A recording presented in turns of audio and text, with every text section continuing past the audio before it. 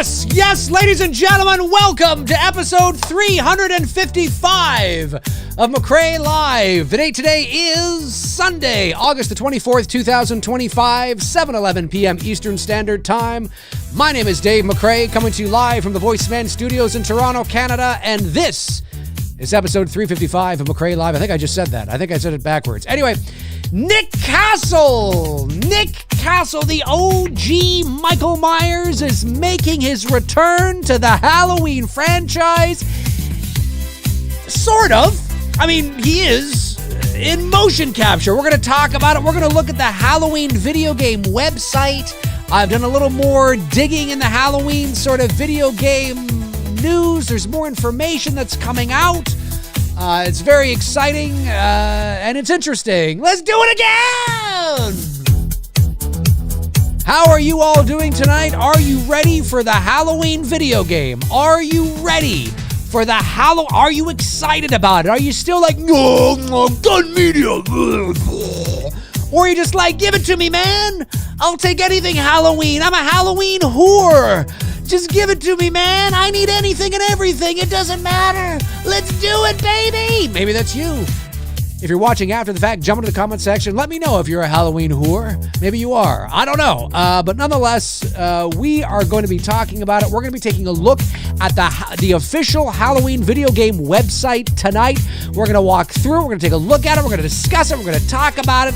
It's exciting stuff. It's something. It's a video game.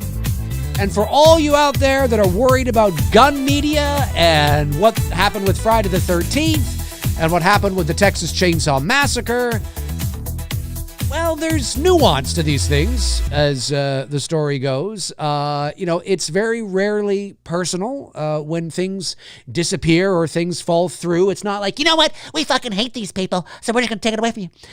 In the instance with the Friday the 13th, the game, I understand. Now, again, just so people know, because, new people tune in all the time. I'm not a gamer.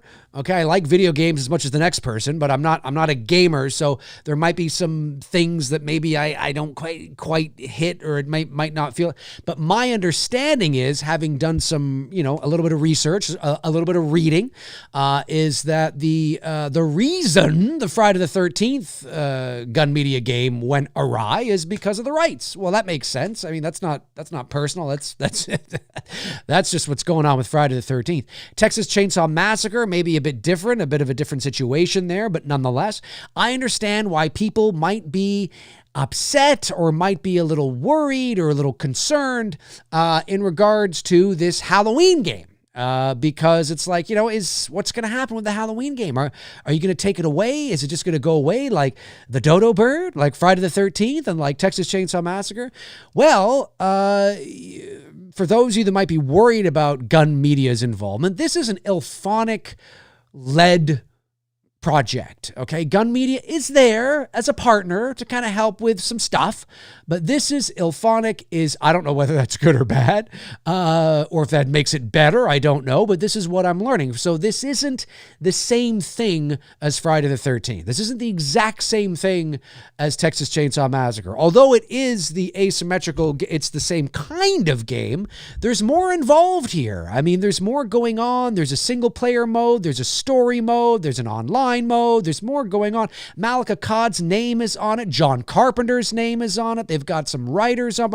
I mean, they're putting their heart and soul into this. So I don't think this is quite the same thing. Similar, there's parallels, but I think this is, there was somebody that I saw, online that said, yeah, you know what's going to happen, bruh? You know what's going to happen, bruh? I'm waiting for the day that it becomes, because it went from brother to bruh to bruh. Yeah, you know what's happening? Anyway, bro, he said, you know what's going to happen is they're just going to take it away after like 2 weeks. They're not going to put this much time, this much effort, this much money to something they're just going to take away. Why? After, you know what? It's been 2 weeks. They've had their fun. Let's just take it away. Why are we doing that? Why not? Because we can. Because we're gun gun media, and that's what we do. We just take shit away for no reason at all. So that's not going to happen. This thing is not going to be there for 2 weeks and then taken away. And again, gun media is there and rightly so. I mean, this is their space. They're there as a partner, as a kind of to help with this and that. But IllFonic, my understanding is the company IllFonic is spearheading this. They are leading the charge. They are moving forward. It's their led project. So whether that's good or bad, I don't know. I don't play online games. I don't really know. I'm just telling you what I have read and what is out there, what has been officially released by these companies. So for all of you that might think that this is just simply gun media, it's simply not true. So stop saying it because there is a little more nuance going on here. So, but nonetheless, some more images popped up, which I thought was really exciting. Of course, I did talk about my thoughts on the trailer in the last show that I did. You guys jumped into the comment section below. I had a lot of people sending me links with, here's what's going on. Here's what happened. I appreciate you all reaching out. There was quite a bit of you that reached out. Clearly there are a lot of gamers that watch and you're really into that stuff, and all power to you. I think that's awesome. This is definitely a game I'm going to play because it's Halloween, and I think that'd be a lot of fun. So I will make the purchase and I will play because I think that'll be a lot of fun when it comes out. My guess is at maybe a year from now. I mean, it would be weird if they say 2026, and the reason why there isn't a hard date is because, well, you do that when you're not sure. You don't want to lock yourself in, right? So 2026. So it could be January 1st. It could be December 31st. I mean, it's not going to be either of those dates, but I'm just saying, you know what I'm saying, right? So it's interesting. And I would think you'd want to release it at least next fall. I mean, next September, maybe, getting into the spooky season, it kind of makes sense. Or maybe not. Maybe they'll release it March 10th. I have no idea. But it's coming next year, which is very exciting. I'm definitely going to purchase it. But I saw some new images. You probably have already seen these images, but I thought, you know what? Why not jump on, do a show, talk about it? It's kind of exciting. We'll look at the website as well, but let's take a look at these images, these two images here, which I thought were, let me go over to, I have to go over to the other screen. That's okay. Let's go over to the other screen and we'll see the, Hello. There I am. The official website, of course, which is halloweengame.com, halloweengame.com. Let me see here. These were two images that popped up that really excites me because it tells me that you're going to be able to go to these places and like the story mode. Like you're not just going to be, because one of the things that I was worried about is it's just going to be like you on like Orange Grove and you're just kind of wheeling and dealing in the Doyle house or the Wallace house, which can be fun, but it can be fun for all of an hour. And then you've kind of played the game. You've exhausted the environment. It's cool. Like it's really cool. But it's, it has a shelf life of like an hour because you kind of, maybe a bit longer than that, but you know what I mean? But if this is something that is kind of the happy medium, if you follow me for any length of time, you know that I have always wanted to have and it would be way too expensive to do this, way too much involved. And I understand it, but one can dream. I've always thought a Grand Theft Auto level kind of open world Halloween game would be really cool, where you can get into the station wagon, you can leave Haddonfield, you can drive, 5 minutes in real life, but in the game, it's like an hour, right? And you travel to Smith's Grove, you go to Russellville, you go to other places, you can walk into places. It's open world, right? Not everything, but you can walk into stores, you can just walk into random houses. If you're Michael, do killings and all that kind of, it would just be a lot of fun. The cops show up. If you're Loomis, maybe you can punch somebody on the street and take their car. I need the car, damn it. I just thought that, but and you unlock the different versions of Michael Myers from 1, 2, 4, or not one. You begin with 1, but you unlock like 2 and 4 and 5. There would be a lot involved in that. This sounds like it might be kind of a little bit of maybe not a happy medium, but maybe kind of almost a happy medium. They're focusing heavily on, of course, as we know, the original 1978 film, which makes sense. They talk about that. They don't want to bite off more than they can chew to start, but they can always give updates later down the road, right? Maybe some 2 years down the road, all of a sudden we can unlock, Dick Warlock, or something like that. I don't know. But what's really cool is in story mode, I think this is in story mode. I stand to be corrected, but I saw this concept art and this was fucking cool. And let me just say, if any of these images look like the gameplay, because the teaser, obviously there was the fine print at the bottom of the teaser that said, this is not indicative of, not necessarily indicative of the final look and, the gameplay and all that kind of stuff. But that should be the benchmark that you should be striving for. I mean, at the very least, that should be what you're striving for, right? And so, I mean, like, if it looks anything like that, I mean, I know it's not like photorealistic, but I mean, it's pretty cool for a Halloween game. But look at this. Look at this. Smith Grove concept art. Check that out. Now it's covering me, but you don't need to see my ugly mug. Look at that. That's pretty cool, man. Look at the station wagon. Over here on the right, if you look to the right, you can see all like the patients out in the yard. It's raining. It's that 1978 night. There's the gate, right? You get out of the car, you run up to the gate. I'm here. Why are the patients running around? God damn it. Just really, really cool. And if it looks anything like this, it's concept art as far as I know, but if it looks anything like this in the actual gameplay, I mean, this is going to be pretty cool, guys. This is going to be pretty cool. Shut up and eat your popcorn, as Christopher Nelson would say. This was pretty cool. And then there's this one too, which is the Rabbit in Red Lounge, which is pretty cool. That's pretty cool. Again, I mean, it's kind of like it. I'm digging it. Could you visit this bar? If it's a little bit open world, like they're kind of playing with that, could you like get out and walk in and speak to the bartender and, hey, did anybody come in here? And no, there wasn't anybody in here. And could you check the bathrooms or could you sit and have a drink? And I'm just going to sit and have some bourbon is what I'm going to do. Just have a shot of blah, blah, blah.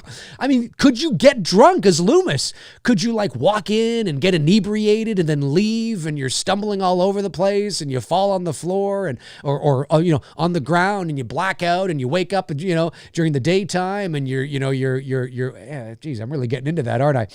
But that looks really cool. These two concept art pieces of concept art, as far as I know, looks really cool. If it's anything like it is in the game, I mean, I'm in, I'm sold. And then of course, now some of these images are on the website, but I was able to get them from various Facebook pages like HalloweenNews.com, HalloweenMovies.com, all that kind of stuff. Let me see here. That of course is on my thumbnail. Pretty cool. Again, if this is, I don't know, but if this is the gameplay, how can we complain about this? I mean, again, I know it's not like, what's that? Dead by Dawn or The Last of Us, or it's not like these real epic like AAA, with $100 million budget games. I don't know how much they spent on this. But it's still cool. Like for a Halloween game. I mean, come on, we can't complain, folks. We can't complain. Hopefully it looks like that. And then we have this one here, which is really cool, right? Michael Myers standing in front of the Haddonfield police. You know what I'm saying? Pretty cool, man. Pretty cool. I'm digging it. Love the detail. Again, if this is like what it's going to look like, I think it'd be cool. Let me see here. Hang on, I got another one here. Oh, wait. Oh, there we go. The Strode House. Right? That's the Strode House right there. That's the Strode House. Very cool. Very cool indeed. And again, I mean, can you walk into the Strode House? Can you go inside? Can you look around? Can you go upstairs and kill Mr. Strode so he doesn't leave in the morning? And I don't know, can you walk around here? Can you go, how many houses can you go into? It's pretty cool stuff. Again, I'm not a gamer, folks, so there might be some things that, understandably, maybe you hardcore gamers out there are like, no, won't but ding. And you're like, this doesn't look good. And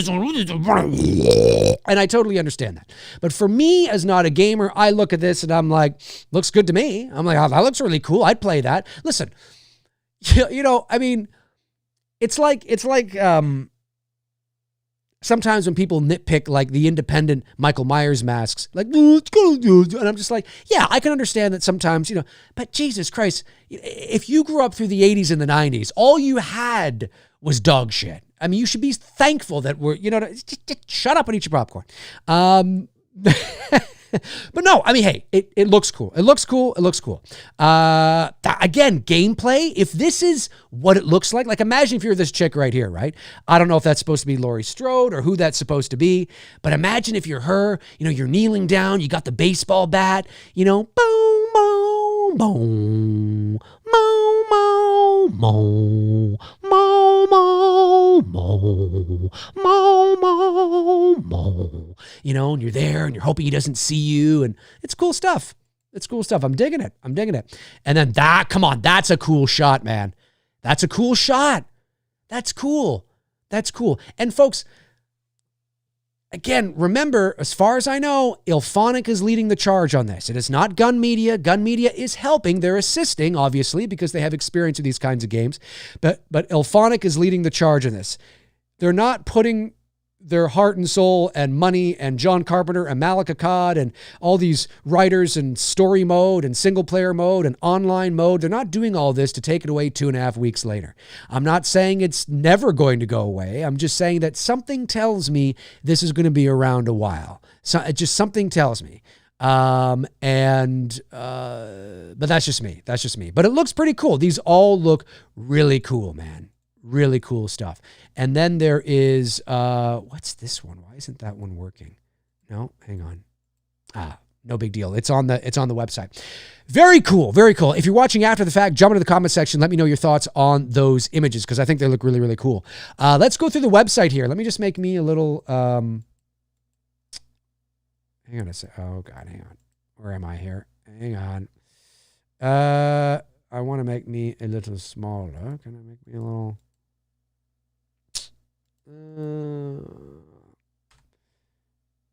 I see what they're doing. Okay, one sec. Oh, wait. There we go. Oh, no, I had it. I'm trying to select my... Hang on. Sorry, guys. Talk amongst yourselves while I try to... Oh, for goodness sakes. Come on. Hang on a sec. There we go. I just wanted to make myself a bit smaller. I'm a little guy off in the bottom left-hand corner. So here is the official website. I think that's really cool when you drag your mouse over it. Some of you probably looked at this on your phone. Most of you have probably only seen this on your phone. So I don't know if this happens on your phone or not, if you drag your finger over his mask. But when you drag your mouse over the mask, his mask turns a little bit. Kind of cool. Nice little small detail. And then we scroll down here and there we are. So welcome to Haddonfield. Let's click on this, baby.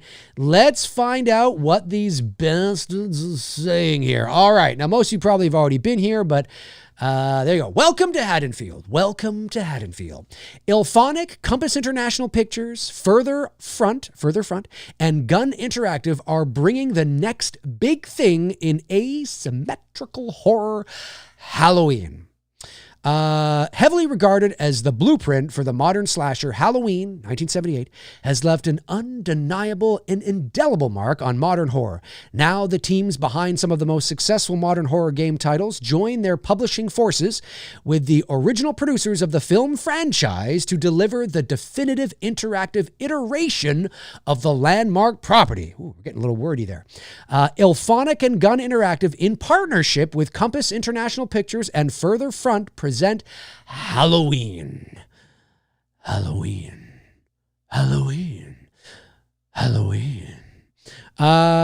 in the franchise says it like that? Halloween. Let's see if the chat room is as nerdy as me. The teams are thrilled to come together again to bring an IP this important and near and dear to their hearts to the asymmetrical horror landscape. All massive fans of the 1978 classic, with IllFonic at the helm, they are leading the charge. IllFonic is leading the charge of development and publishing, and Gun providing publishing support. So they're providing support, right? They're there. They're kind of like a wingman. The goal is to not only do Halloween justice, but to once again innovate in the asymmetrical horror space. Charles Brungart Brungard, hopefully I'm saying that right, CEO at IllFonic, states, working with Gunn again presents an opportunity to showcase how both companies have grown since the last time we collaborated. I'm looking forward to implementing the lessons we have learned since then in getting this game to market. And partnering with Malika Cod and Ryan Freeman, the film's original producers. Compass and Further Front has given us amazing insight and guidance into the quintessential horror IP. In a lot of ways, they're not wrong. Wes Kellner, CEO at Gun Interactive, adds, when Chuck reached out to me with this opportunity to help, I didn't hesitate. It's exciting to bring these two teams back together again, and it certainly helps that we're working on one of the greatest horror films. We're always ready to support a friend like IllFonic. There's another little screen grab. That looks pretty cool. I'm in. There is a lot of ground to cover in revealing this project to you all, and the hub is already populated with a few key pieces to start that foundation. Please do check out the hub posts tackling single and multiplayer modes in Halloween and constructing the ultimate horror sandbox. Keep an eye on this space for more news as it happens. Bringing this world to gamers everywhere is extremely exciting for the whole development team at IllFonic, shares Jared Gerritsen, probably, Chief Creative Officer at IllFonic. We cannot wait to share more information as we work towards launch in 2026. Very cool indeed. So that kind of gives you an overview of what they're saying. I'm sure there's some people in the chat that are like, No, fucking bullshit. It's bullshit, man. It's bullshit. That's all right. Let me just go back to the other page here. Scroll down, and then we have constructing the ultimate horror sandbox. Ooh, now that's a cool image there too, right? That's a cool image. I think we looked at that on the last show, actually. That's a cool image indeedy. So let me just make this full screen for myself so I can actually see it. Scroll down. Constructing the ultimate horror sandbox. Read how Halloween aims to elevate immersion to offer the perfect horror playground. Okay, all right. From its earliest iterations, Halloween has been built with the goal of delivering a dynamic enveloping horror sandbox worthy of the legacy of its iconic source IP.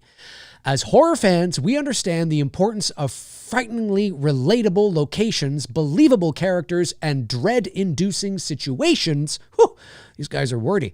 And wanted to ensure those fundamentals were presented throughout Halloween.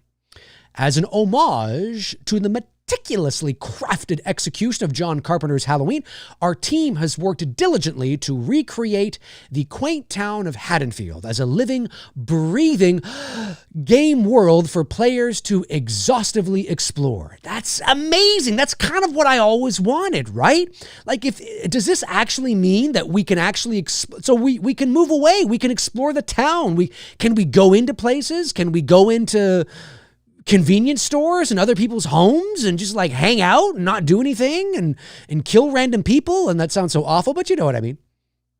Hey, if you follow, again, you know I've always wanted kind of a Halloween game kind of like this. So that's kind of cool. I'm glad they're doing that. It'll make it, it will make the shelf life longer, right? Rather than just like confining to like one street and, 2 homes. It'll make it a bit longer, which is good. Explore. Working with Malika Cod and Ryan Freeman, the original producers of the films, has been amazing to make certain that the game is authentic to the source material every step of the way. Pretty cool. That's pretty cool. Look at that. That's cool. I like the lighting. I like the atmosphere, the mood. I love it. I'm digging it. This franchise gives us the perfect opportunity to explore the unique yet familiar vibes of Haddonfield and its iconic killer. Everything we've built and designed comes together to create the perfect horror sandbox playground to interact with. I love it. Yes, of course, right? We couldn't be more thrilled to develop such an experience and truly bring players into the world of Halloween.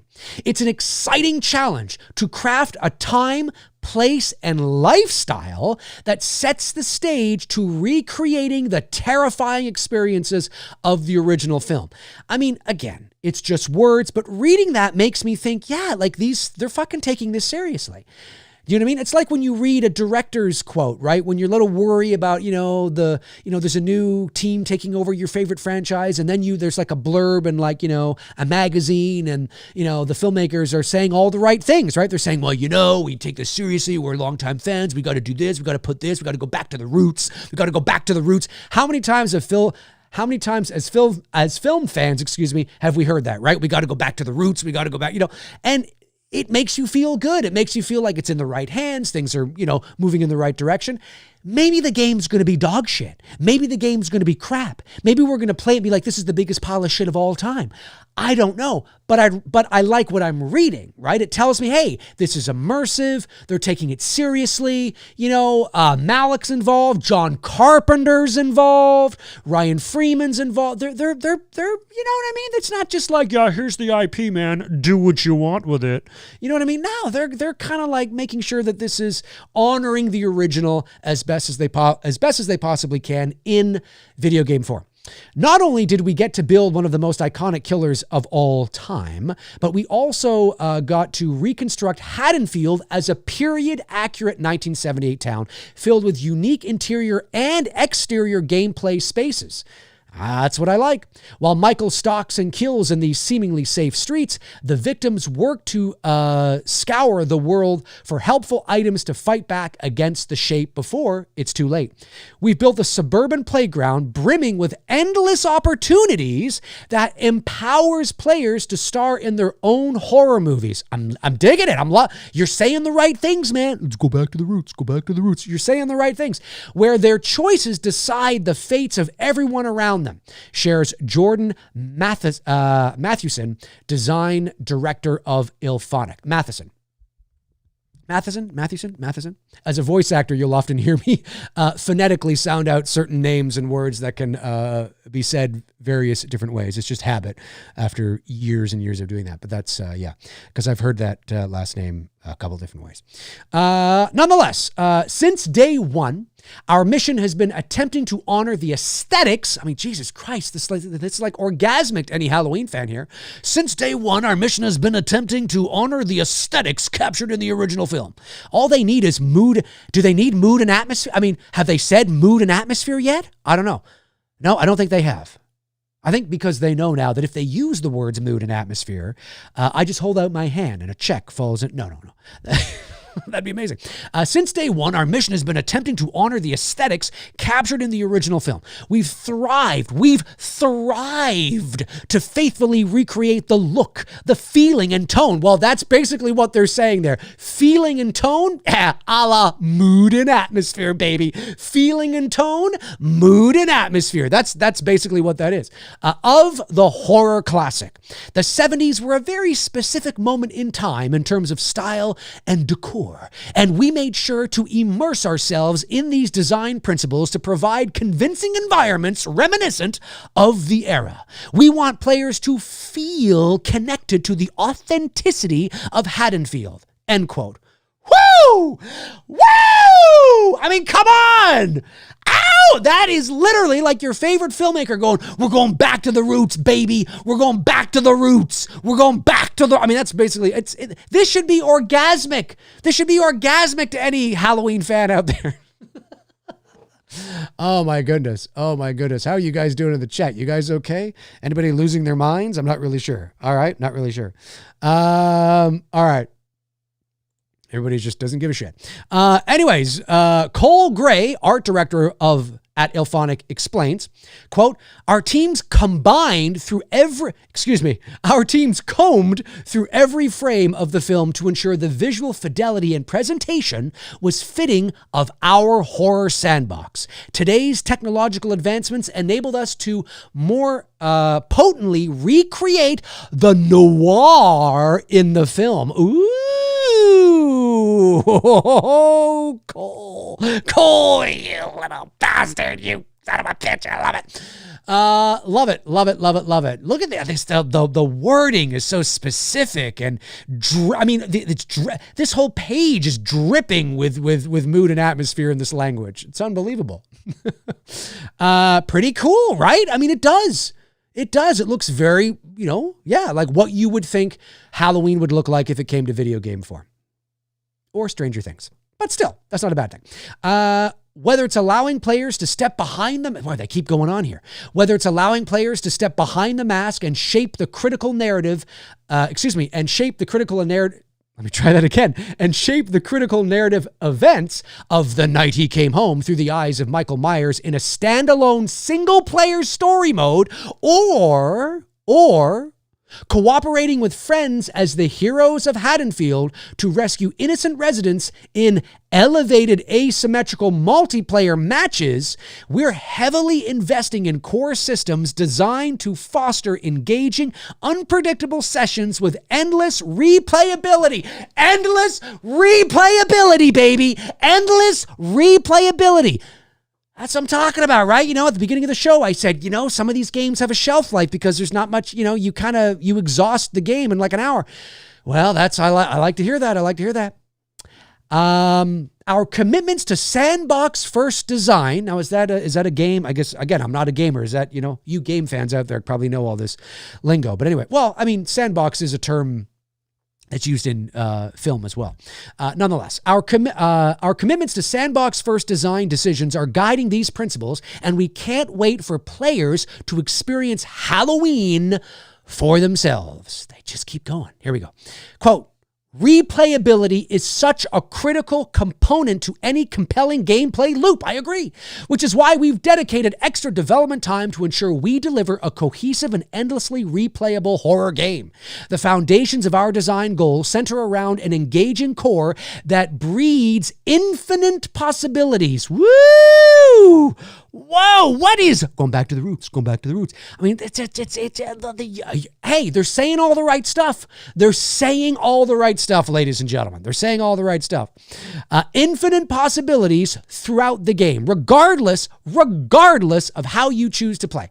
From the moment to moment, let me try that again. From the moment to moment gameplay to the front end metagame progression experience, there will be consistent possibilities evolving around you. The feature and mechanic alchemy. Am I saying that right? I think, boy, man, they're like, they had a thesaurus before they wrote all this. Throughout Halloween has been catered to allow for expansive gameplay combinations, ensuring you're being fed that tantalizing, holy Jesus. They are milking the cow's udders on this one, folks, but I'm loving it. As somebody who can be a bit verbose and wordy myself when I write, I'm digging it. Ensuring you're being fed that tantalizing sense of excitement while leaving you hungry for more, Jordan adds. Man, holy snapping crab, folks. Well, if that doesn't sell, if that doesn't make you, now listen, you may still think to yourselves right now, okay, look, I don't care, gun media, but remember, gun media is an auxiliary player here. They're helping, right? They're helping, but it is ilphonic. Now, whether that's good or bad, I don't know. Again, I don't know. You gamers can let me know. But they are leading the charge. Look, they're saying all the right things. They're saying all the right things. It sounds like this is going to be maybe the type of game it is. Yes, is very similar to the type of game that the Friday the 13th was, the Texas Chainsaw. But it sounds like, you guys can correct me if I'm wrong, but everything that I've heard and people have told me, this sounds like they're elevating this beyond those games. This sounds like you're going to have a lot more to do. There's going to be a lot more places to go, a lot more going on, a lot more replayability, which is pretty darn cool if you ask me. And so, maybe this is, so I don't know. I say, again, give it a chance, give it a shot. You're getting a Halloween video game. Give it a shot. Pretty cool. Let me go back to, back here. and go to this one. Now, this one is tackling single and multiplayer modes in Halloween. And look at that shot right there. Look at that. Look at that little head tilt. It's hot. It's fire. Experience the terror of Halloween. By the way, did anybody get what I'd said earlier? Halloween. Halloween. Let me just go back and see if anybody got it. Anybody get that? Nobody's commenting. Maybe it was a long time ago. Nobody. Cochran. Yes, Brandon Collins. He got it. Brandon Collins got it. That's right. That's so funny. All I have to do is go, Halloween. Brandon. Jeez, Brandon, you might be a nerdier Halloween fan than I am. Okay, that's so funny. Halloween. Now people are probably hearing it. Oh yeah, I can hear it now. That's a cool shot. Again, cool. It's cool, right? It's a cool image, man. I'm digging it. It's a cool image. Let's go over here. Tackling single and multiplayer modes in Halloween. Ooh, ooh, ooh. All right, let me just make this bigger again for myself so I can read it. There we are. Ilphonic. Oh, that's a cool shot. Michael standing in the living room. He looks like he's kind of posing, though. I don't think I would have his chest as out as they do here. He looks like he's like, like he's like, well, like he knows he's having his photo taken. He's like, oh, I'm jacked. I got pecs. I got rippling pectoral muscles. He looks a little stiff. I'd have him a little, just kind of a little more relaxed. Nonetheless, the mask looks great there, doesn't it? I mean, listen, I've seen a lot of the way that Michael looks in some of these previous video games. And I don't know about you, but I think this is probably the best Michael's looked. I'm just saying. Okay. Ilphonic dives into why making a single player narrative in Halloween was a must. That's a cool shot there too. That's cool. All right. Herald as one of the very best in the genre. John Carpenter's Halloween stands above the rest when it comes to storytelling and tension. Jared Garrettson, I believe, knew that this project wouldn't have been complete with just a fun multiplayer experience. Oh, no. I added that. There needed to be an immersive single-player component to fully bring a true horror experience to players. I agree. It also allows your game to last longer while you figure out updates. In the multiplayer mode, you and up to 4 other players can join. Let me try that again. In the multiplayer mode, you and up to 4 other players can join up to help free your town from death itself. Okay, let me try that again. In the multiplayer mode, you and up to 4 other players can join up to help free your town from death itself. Okay. With an array of interchangeable elements, players will have let me try this again.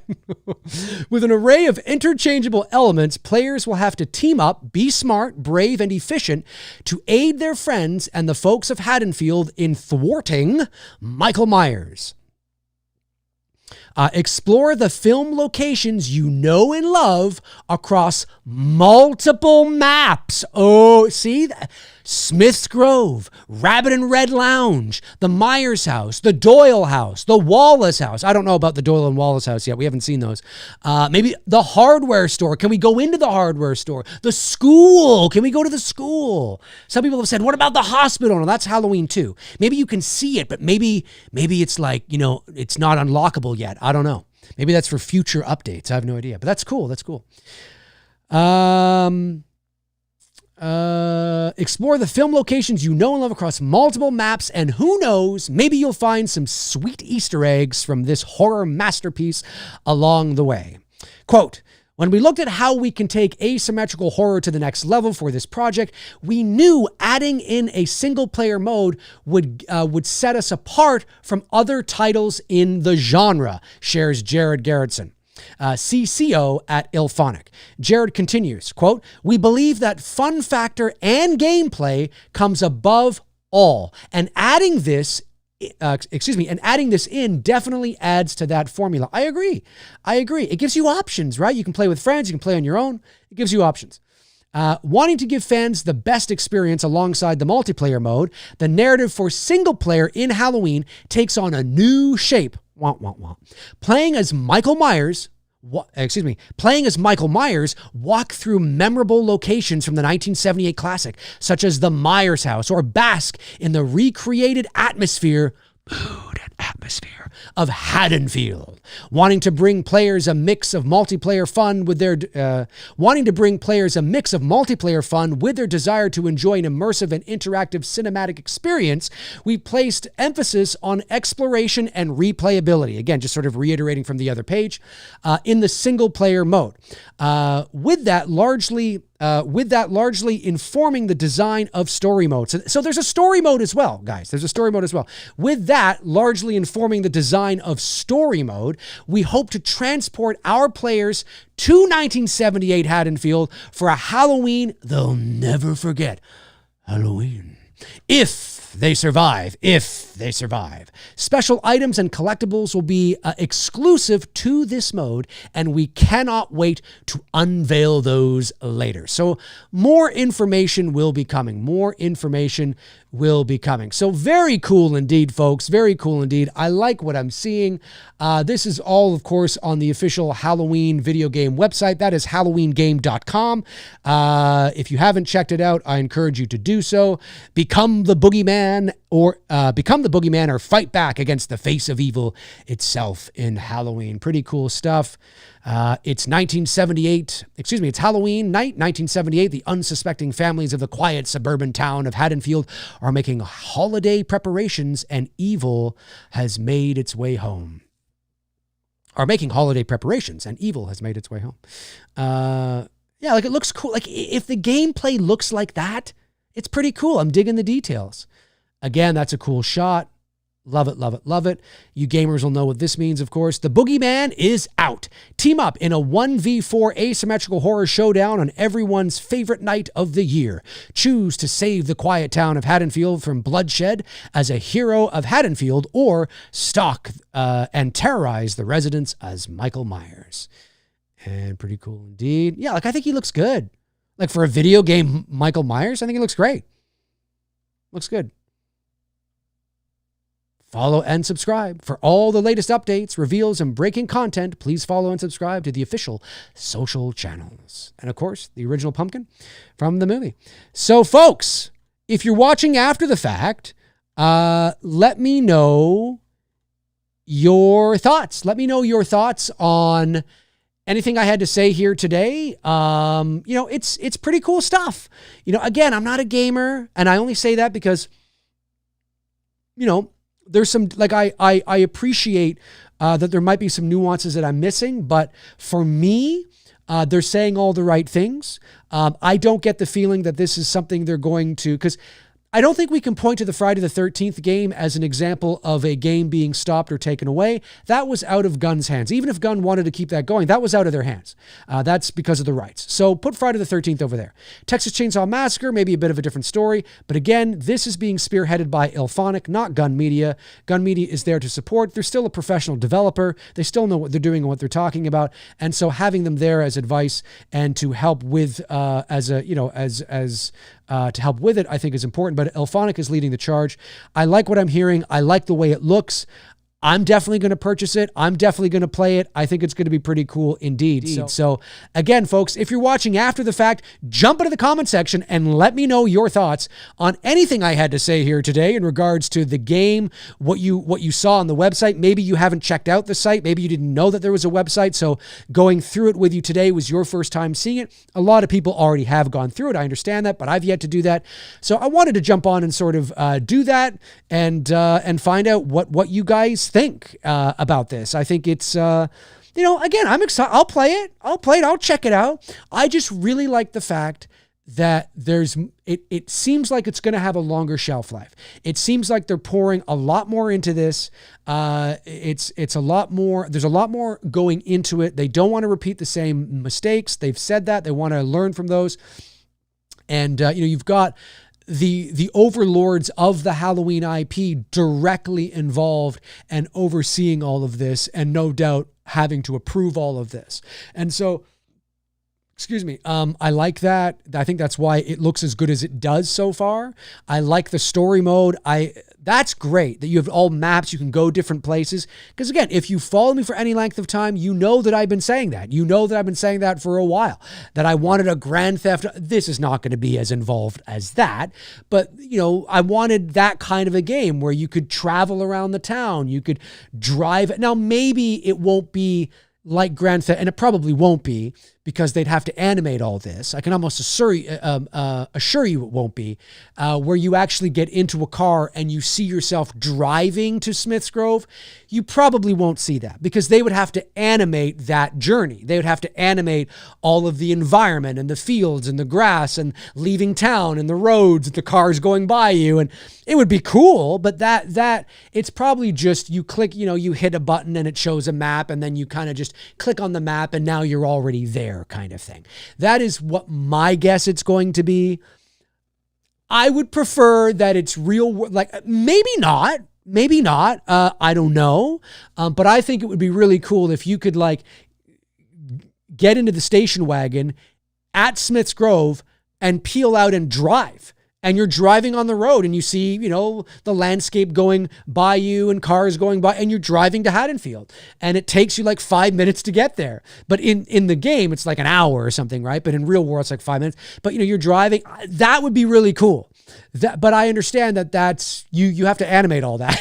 You know what I mean? And it's probably going to cost. So it probably will just be, you can explore and it's open world when you're actually in the environment, but then you just switch off maps and you go to a different map and, so that's my guess is what it's probably going to be, but you gamers can let me know because maybe I'm wrong. Maybe there's something I'm missing. I'm not really sure, but let's go over to the chat room and see what all of you are saying about it. So if you want to send in a super chat, a member chat, this is your time to do it. If you want to at me, you can at me in the chat room as well. I just want to say, I know some super chats did come in, so I just want to see and get those. Josh Stevens, what's going on, Josh? Would you consider playing this game as a thopper perk for the multiplayer mode? You as Michael versus the first 4 people to pick the perk. Yeah, that might be kind of fun. The game won't be out till next year, but it might be kind of fun. We'll talk about the House on Port Robinson Road campaign soon. But that might be kind of fun. Well, if it's in demand, we have to get it in demand. I'm hoping to be at 70% by Tuesday, but I don't know if that's going to happen. Here we go. Ian Rapesh says, Dave just picked up the Bloodbath stream. Very excited. Amazing. Thanks, buddy. Did you just do that now or was that earlier? Let me just see here. Did you pick that up today? It looks like you... Oh, yeah. No, we've gone up a little bit. Very cool indeed. Thanks, buddy. Thanks very much. I appreciate that. Thank you, Ian. Appreciate that. Yeah, we'll talk about that in more in a second. Matthew Farisi sends in $9.99. Thank you, Matthew. Says, if I get to play as the Shape and Stalk and Kill in Red, in Rabbit and Red and Smith's Grove, I'm sold. Yeah, that's what it looks like. I think would be funny if you can kill people with pool cues or dunk someone's head in a fryer. I don't know if they're going to go. I don't know. Like, these are the details. Like, is it, again, I don't think this is like a AAA game. Like, that's what like the creme de la creme games are, right? Like, those, I think anyway, please correct me if I'm wrong. I don't know how detailed they're going to be, but I would imagine you could play as Michael in Smith's Grove and at Rabbit and Red. And I don't know. Well, I'm sure we will find out more information as they move along. New Nightmare Nightly, what's going on, buddy? Nightly Guymo, what's happening, buddy? Sends in a very generous super chat of $19.99. Thank you. Says, hi, McRazies. Looks good, but personally tired of these Dead by Daylight style games. With Friday the 13th, TCM, Predator, and Clowns, there's too many in my opinion. Would love a Halloween game like Alien, Isolation, or even the upcoming Hellraiser. I have no idea what you're talking about. I have not played any of those games other than the Friday the 13th game. I think I did play, but I haven't played any of the others. So I will take. You're probably not alone, Nightly, in thinking that. For me, again, I'm not seeing those. I'm just like, kind of looks good to me. Fast Forwards 289 sends in $4.99. Says, I'm not a big gamer, but I'm really excited about this game. Always wanted a game where I could play as Michael Myers. Glad Nick Castle came back also. Oh, yes, that's right. I forgot. We're going to talk about Nick Castle as well. Thank you. Jesus, I would have totally skimmed over it. Brandon Collins, of course, says, even if this game only lasts a couple of years, that's still a couple of years of getting together with friends on comms and having a good time. I agree. It's not going to last 2 weeks. It'll last at least a couple of years and probably more, probably longer. So I agree with that. Brandon, thank you very much for the super chat. Before I forget, Nick Castle is back, baby. He is back. Now, apparently, according to Sean Clark, Kane Hodder is involved in the game, but he's doing something different. I saw that from Sean. So he's a very reliable source, one of the most reliable sources that you can turn to for Halloween news.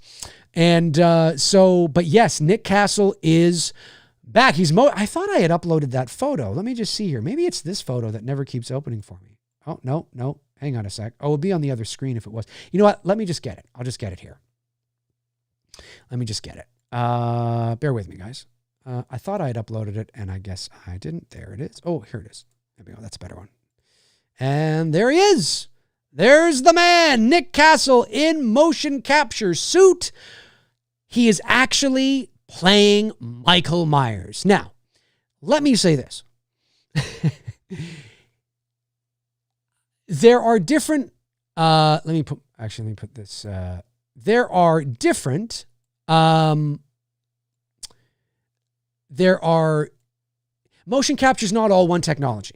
So I actually almost had the opportunity to do mocap myself. I was hired to voice a video. This is like 10 years ago. It was a mobile game. I think there was something, I'd have to go back and I think Shadows was in the title. I can't remember. Anyway, it was a long time ago. And they were going to do some motion capture. And it fell through for some reason. I forget why. They might have changed course and decided to do it all digitally and all that. And anyway, I remember that I was really excited because I was like, oh, that'd be really cool. So I almost had an opportunity to do some motion capture myself, but I have not done it. I do have friends in the industry that have. There's different levels of technology when it comes to motion capture. There's avatar level motion capture where you have like tons of cameras and, like photorealistic, there's different. Again, I'm not an expert on motion capture, but I do know there are various degrees of technology when it comes to motion capture. And so this is professional, no doubt about it. And it's going to look good, no doubt about it. But this is unlikely avatar level motion capture. That would be way too expensive, way too much going on. I can already tell that it's not. But it's still really cool. Now, the only thing I'll say is I think it's fun. And I mean this in the most sincere way possible. I think it's really cool. I think it's fun. Good on Nick for getting this gig. And I think it's really cool. And of course I'm a big fan of Nick, and who isn't? He's the OG. He's the best Michael Myers in my opinion, right? But having said that, would we be able to tell that it was Nick Castle if we didn't know it was Nick Castle? I haven't seen the gameplay yet, so I guess I have to say maybe. But I will be honest with you. I will be very surprised if when we see the gameplay, if we're like, oh my God, that is so Nick Castle. Like I would probably not. You know what I mean? Now that it's planted into our heads, we're going to be able to, see it. Do you know what I mean? It probably not, maybe. Maybe. It depends on the technology, depends on, how fluid it is, what the animation's like. We'll see. Nick Castle is also not a 28-year-old man anymore. He's nearly 80. And so, we'll see. But nonetheless, could you tell it was, Kane Hodder as Jason? If you didn't know it was Kane Hodder as Jason, would you go, that's totally Kane Hodder from Friday the 13th Part 8? You know what I mean? Like, probably not. It's just really cool to have that. It's really cool. You know what I mean? It's a cool nugget. It's a cool Easter egg. It's something that's like, oh, that's really cool, man. Yeah, that's awesome. And it's great for Nick Castle. He gets a paycheck. He holds out his hand and he gets paid. No, what's really cool too is that now he can have photos of himself. He's got new photos to have at conventions.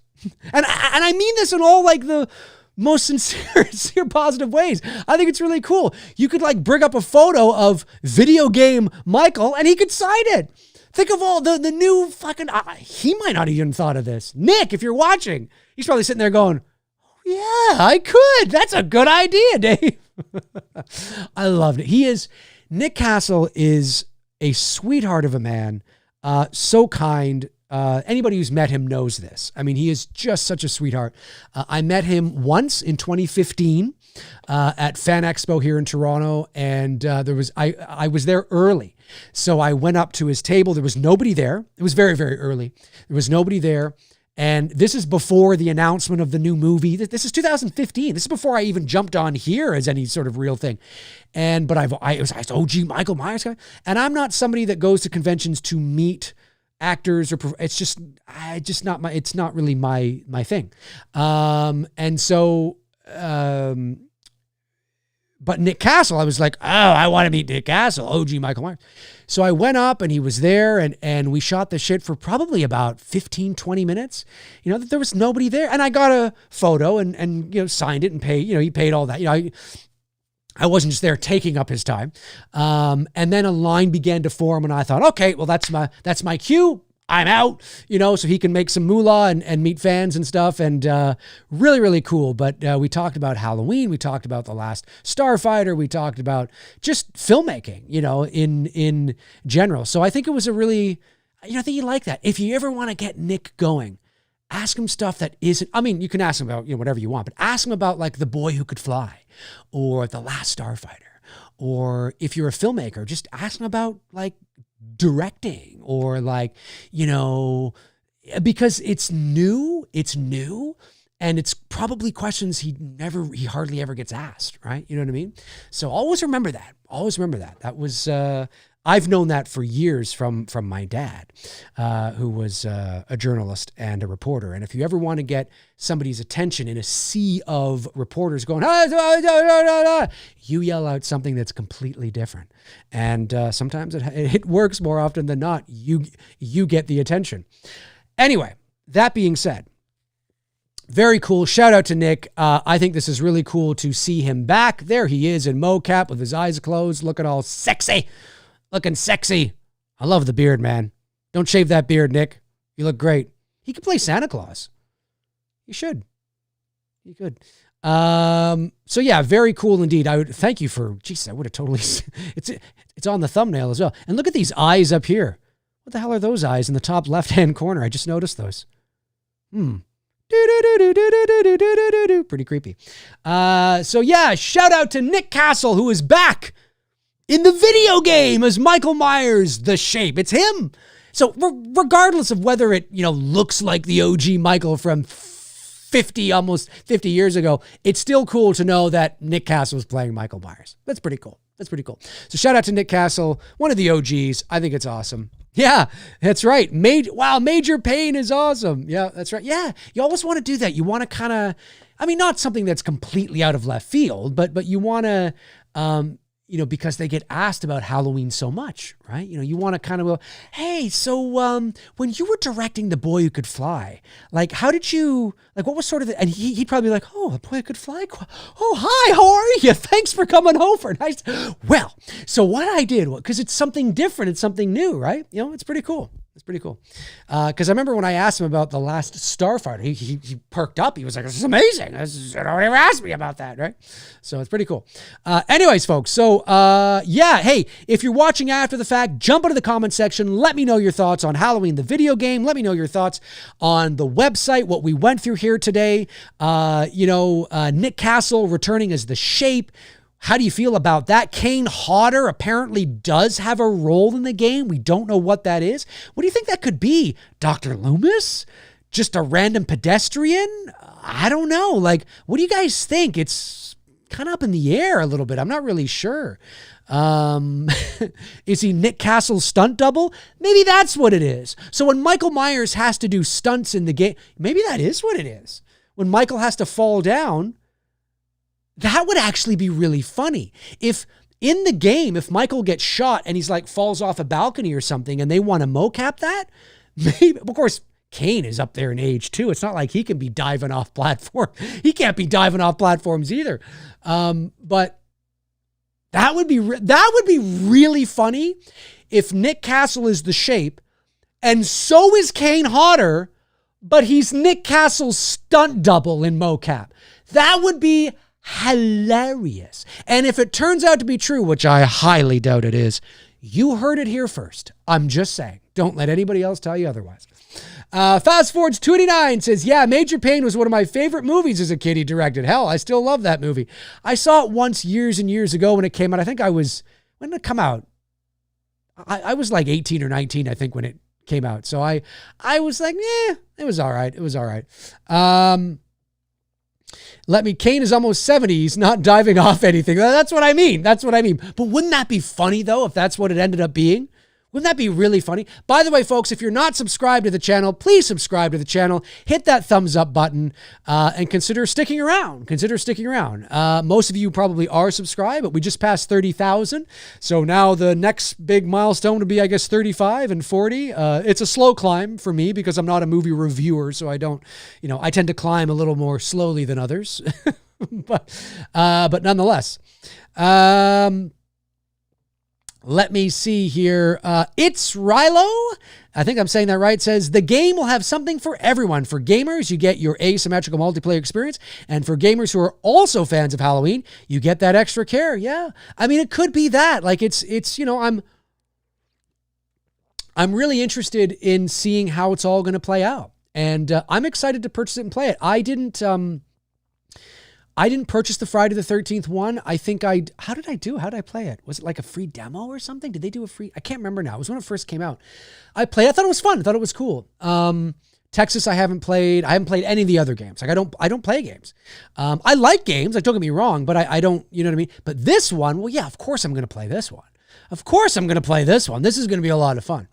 And like Brandon said, I mean, if even if for whatever reason, Malik decides to take for whatever reason you get 2 or 3 years out of it, that's still 2 or 3 years of balls to the wall fun from this game. Like, there's no doubt it's going to be a lot of fun. You know what I mean? And I have a feeling it's going to stick around a lot longer.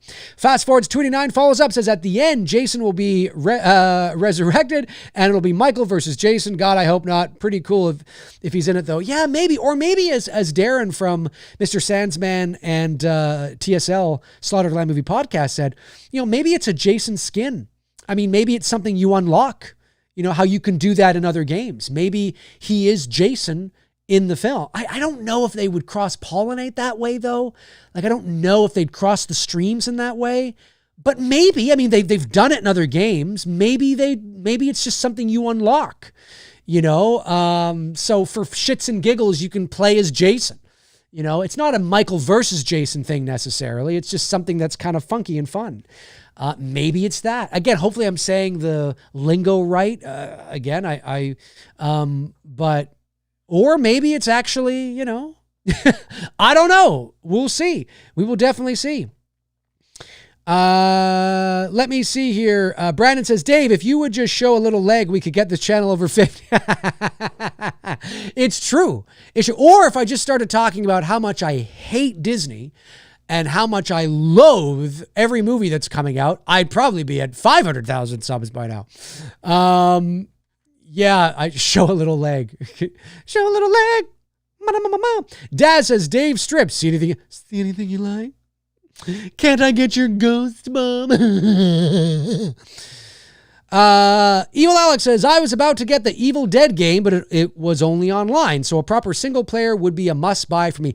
Dude, in this game, you get multiplayer, you get online, I'm assuming. I mean, you get single player and story mode. I mean, they're really putting, I think they really want to exceed expectations. They know, they're not stupid. They know where the expectations lie because of what happened with Friday the 13th, because of what happened with Texas Chainsaw Massacre. they know sort of kind of where people are going to be a little, they know that. So I think they want to come out guns blazing and say, I know, but we're going to have this. We're going to have this. We're going to do this. We're going to do this.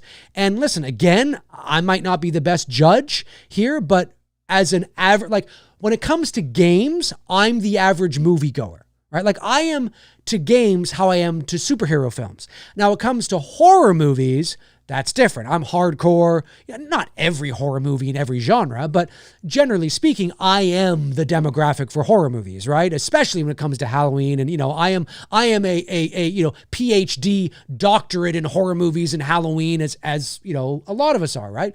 But then there are people that are also just average movie fans. Well, when it comes to video games, I'm very much an average movie fan. So for me, when I look at things like the images and the teaser and it doesn't blow me away. I'm not sitting there going, oh my God. But I look at it, I go, that looks like it'd be fun to play. I'm not like, I didn't even know that there was this whole thing with gun media and taking things away. And I didn't know that. And now that I do know that, I'm just kind of like, well, that sucks. But the Friday the 13th thing was a little different because it was a rights issue. So they couldn't continue, even if they wanted to continue, they legally were not allowed. So I don't think we can even use that in the equation. We got to put that over here. So it's more just Texas Chainsaw. And okay, I can understand. And so I can understand the apprehension and maybe the kind of game it is. But everything I'm reading on here, it sounds interesting to me. They're saying the right things, right? Just like I said, when you watch, they're making a remake to your favorite movie or a sequel, long overdue, and you hear things like, we got to go back to the roots. We're taking care. We're doing this. We're big fans of the original. It's all about this instead of that and this instead of that and that instead of this. When you read articles, and we all have, from filmmakers and directors who say those things, right? It makes you feel a little better. It doesn't mean the movie's going to, but it makes you feel like, oh, you know what? Maybe this is in good hands. This is what you say these things. It's great PR. I'm not saying it's also not true. It could by all accounts be true, absolutely true. But it's what you say you want. That's what you want to hear. Every single thing I read on that site is what I would imagine Halloween gaming fans would want to hear. Outside of the style of game, maybe you prefer a different type of game, maybe, okay. But in terms of the accessibility and what you can do in the game and all that kind of stuff, I'm just kind of like, that sounds like that would be a fun evening. Playing online with friends or playing with you guys or just watching me play the game. It sounds like it'd be fun. I'm in. And we'll see where it goes. So, and again, Ilphonic is leading the charge. Gun Media is just an auxiliary player here, and so I think at the very least, it's worth giving them the benefit of the doubt. And then we see what happens in 2026. We see where it goes. So, we'll see. Okay. Have I missed any super chats, member chats? Let me just see here. I don't think I have. Let me just take a swig of water here. Okay, I don't think I have. Okay, let me go over to the, oh, good, we're moving up. We're moving on up. So this is where we lose half our audience, but that's okay, because I do understand. But let me put the link to the House on Port Robinson Road Development Funds campaign into the chat. I'm going to pin that. There it is there. I'm going to also pin it to the top of the chat.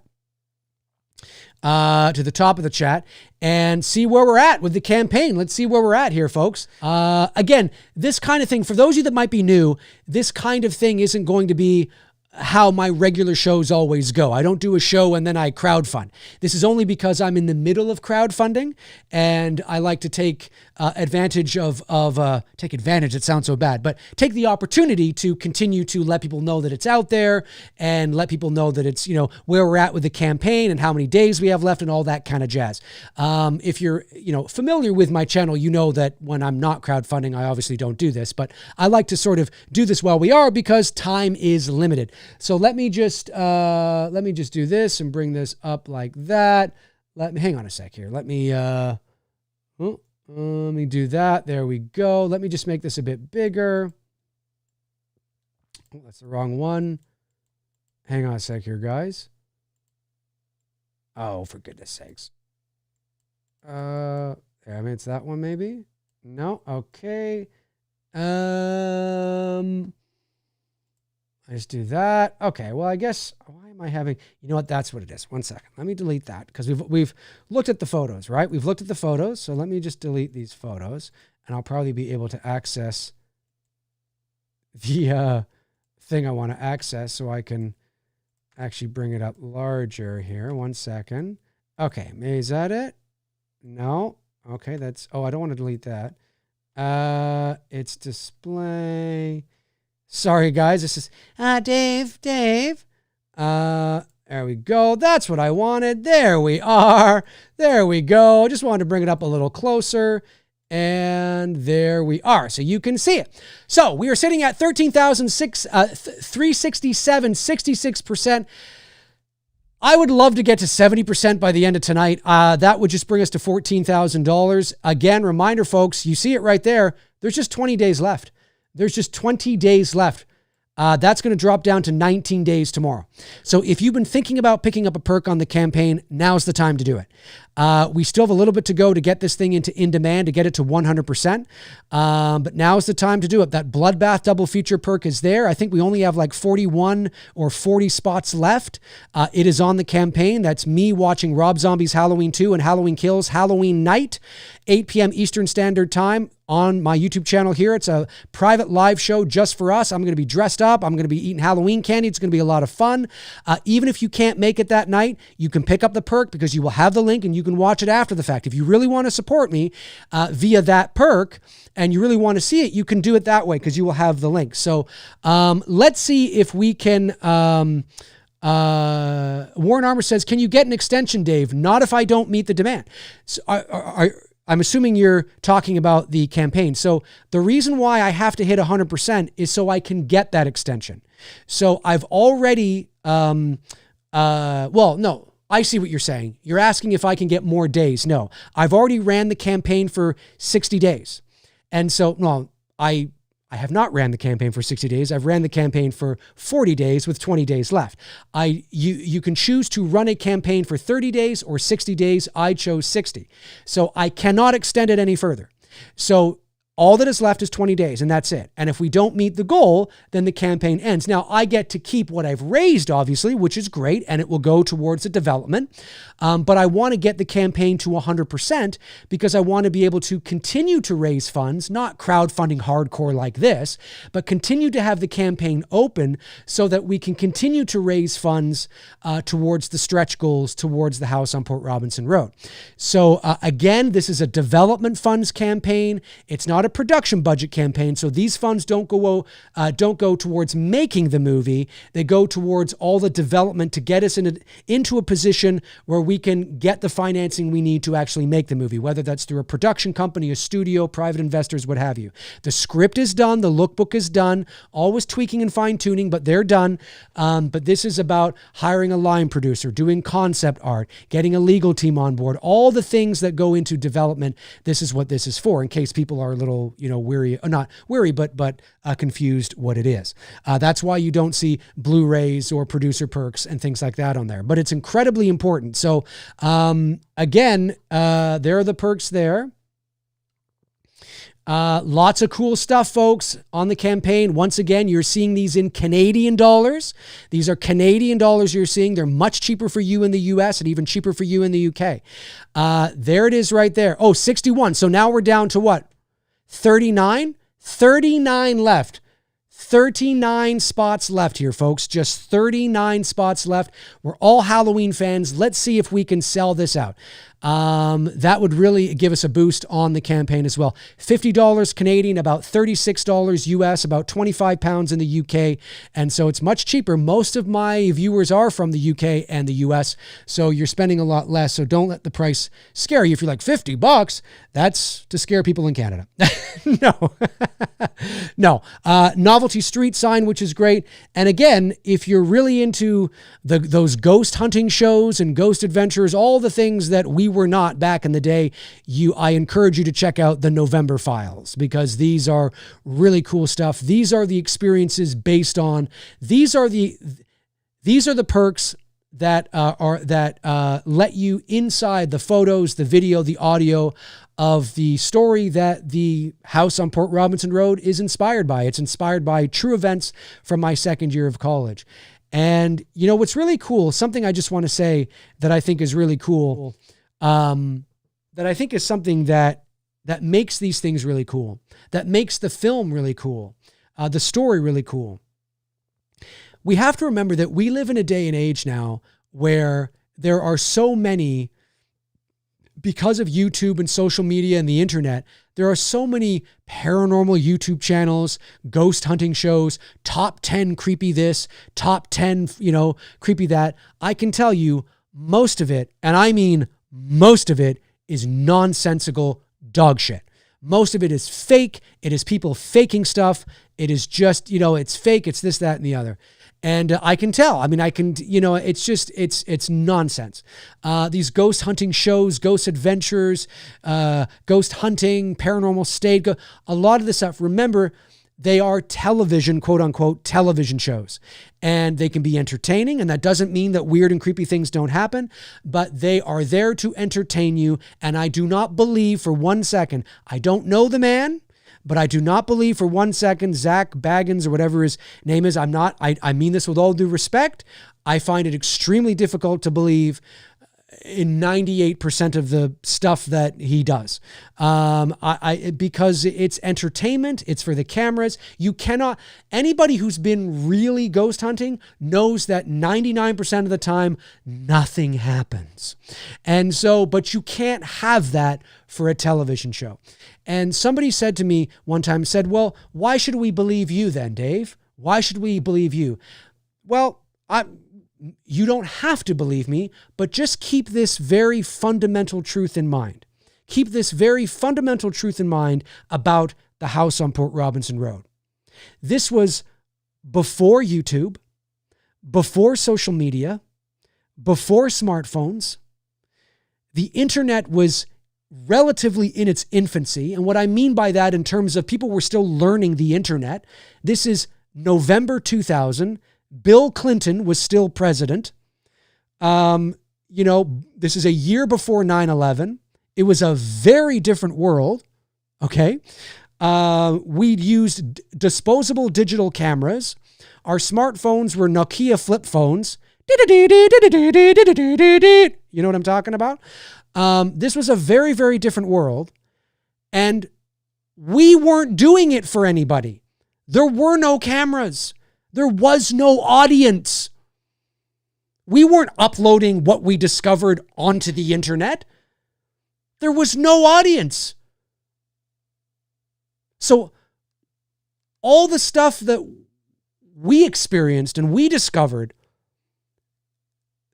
we had nobody to share it with. And so the November files, I crack open the November files and I let you see the photographs. I let you hear the audio, not just the don't EVP, right? But the lots of audio that again, the don't EVP is the only thing I've let you in on. But that's not the only thing that happened. It's not like the house on Port Robinson Road, the movie's just centered around that. It's a much bigger film than that, right? That's part of it, but it's a much bigger film. And so just always remember that. We had no audience. We didn't call ourselves ghost hunters. We didn't call ourselves ghost adventurers. And again, I'm not trying to disparage those shows. I'm not saying they don't have value. I'm not saying they're faking everything. I just have a very difficult time believing a lot of this stuff. And because I know how it usually really goes. And a lot of the technology they use and the flashlights they use, and it's very easy to debunk. And we didn't have that stuff. We didn't have EF meters and infrared cameras and ghost proton packs. And, we had analog cassette tape recorders, not digital, analog cassette tape recorders, 8mm camcorders, right? And digital disposable cameras, real film. And so it was a very different world, a very different era. And we weren't doing it for anybody. So we didn't go back to the house on Port Robinson Road, 100 times over 8 months because we had an audience that was counting on us to do that. We went back because shit was happening. real stuff was being experienced. And if you want to hear those stories and more, then you might want to check out the November Files Legacy perk on the campaign. It's the highest tier. You get everything on the campaign. If you pick up that perk, you get everything on the campaign. And that tier comes with a private live stream with me and a few of my college friends, some of whom I haven't seen in 25 years. And we're going to talk about it. We're going to talk about the experience, what we remember, the stories, the excursions out there, and it's open Q&A, and you can get in on it and ask us, all sorts of questions and all that kind of stuff. That's part of the November Files Legacy tier, and that's going to be a lot of fun. So far, 2 people have picked it up. I'm hoping more people will pick it up. I understand that it's a top tier. It's a premium tier. I get that. But you get everything in the campaign. So you get the Bloodbath double feature. You get the t-shirts. You get the posters. You get the Port Robinson Road sign. You get everything. And so if you're into that kind of stuff, or you want to hear from people who had an experience way before it became cool, way before it became profitable, per se. I'm not saying that ghosts and ghost movies and things like that were not profitable 25 years ago, or that people didn't go ghost hunting 25 years ago. I'm just saying that it's become so saturated with nonsense and top 10 bullshit and top 10. And listen, I'm a believer, but I'm also skeptical. Because I'm also somebody that understands that more often than not always, but more often than not, there are reasonable explanations for unusual occurrences. Just because your flashlight, flickers in the dark, oh my God, I mean, this is what these shows are. I'm just like, I can't take this. Because it's entertainment. They need to entertain you. They have to have something happen. And I watch it. And as a filmmaker and as a storyteller, I can tell when something's put on. I can tell why are we looking at this? Why are we filming this? Oh, there's a cut there. There's many times where they'll spin the camera around and then you'll see somebody that was there, but then wasn't there a second ago. If you slow that down, and I've done it, if you slow it down frame by frame, you can see that there's a cut. So they've actually made a cut and pieced the two things together to make it look like it appeared out of nowhere. This is the kind of stuff the average person, I know I'm taking the fun out of it. I really am. And I'm really sorry. And I'm not saying every single video. I am speaking maybe a little more than generally. But I have a hard time watching this stuff as somebody who has had a real experience over the course of 8 months. Now, the film, The House on Port Robinson Road, obviously takes place in November 2000. The real story it's inspired on takes place over 8 months, and so I have a lot of experience at a time in an era when there was no audience. I wasn't trying to get the views and the likes and the thumbs up, and the moolah. No, we were college kids. We were broke. We were broke and living off microwave dinners and just, again, I can't, because some of it will kind of enter spoiler territory for the film. But we were clearly enamored. And I knew right away from a very young age that I wanted to make a movie. I wanted to turn this into a film because I was a filmmaker. I was in film school and I was like, I want to tell this story. And of course I have to take creative liberties. Of course, that's what you do when you adapt something for the screen. You have to do that. But I'm very proud of the story. I'm very proud of the story I've written. I'm very proud of the lookbook and where we're at. And so, yeah, just keep that in mind. Again, I'm not saying that, and there would have been people before us too, right? But just keep that in mind, that there's the difference between this story, The House on Port Robinson Road, and the real story it's based on, and all the ghost hunting nuke top 5 things you see, is that we didn't have an audience. There was no YouTube there was no YouTube. Literally, there was no such. You asked me in November, 2000, hey, YouTube. I'd be like, what the fuck is that? Same with Facebook, same with Twitter, same with Instagram, same with, the internet in 2000 was Yahoo, MSN Messenger, ICQ. Do you remember ICQ? every time you got a message. Remember that? And like looking at photos online that took forever to download. You know what I'm saying? Maybe it was a little better by that point. I'm probably thinking about 95, 96. It was a little better by that point. By that point, we had, cable, internet was starting to come in. But anyways, you know the point I'm making, right? So I just want to, kind of remind people of that this is very different. This is not like the shit you see online now. This is not what this is. And so, but I'm very proud of the story and obviously very excited. So let me just go back to the screen now and where I was. So that legacy perk is right there. That's the legacy perk right. Can I get this to come? I guess I can't. Can I do that? Can I? No, it's not going to do that. Okay. Well, anyways, you see it right there. That's it right there. That is the Into the Experience, it's called, live with Dave McRae and his college friends. And you get everything on the campaign. And then, yeah. Justin says, if you're taking the fun out of it, they deserve it for not already knowing what you're saying. That's true. And again, I'm not going to sit there and say that every single thing is fake or that when you go out to these creepy places that something doesn't really happen, and because maybe they do really experience something. But I think it's important that we keep in mind that these are television shows. Even if they're just solely online, they are quote unquote television shows. And I'm a believer. I'm somebody that does believe that there is something that survives the process of death. I don't know what that is, but my experience at the house on Port Robinson Road is because of that. And so, and when I see all this stuff, I'm just like, oh God, like that's not how the Force works. I just kind of think like, and of course, sometimes things have come out over the years that yes, things have, and listen, I don't know these people personally. They could be wonderful people, but we have to remember that it's a show. It's a show. And so maybe something creepy happens and they elevate it for the sake of entertainment. You know what I mean? So, and just look at the pre-roll before you watch something like that. Oh, Vago, did you see that? Oh, like it's all, I can tell you right now, during the house on Port Robinson Road, the real experience, not one person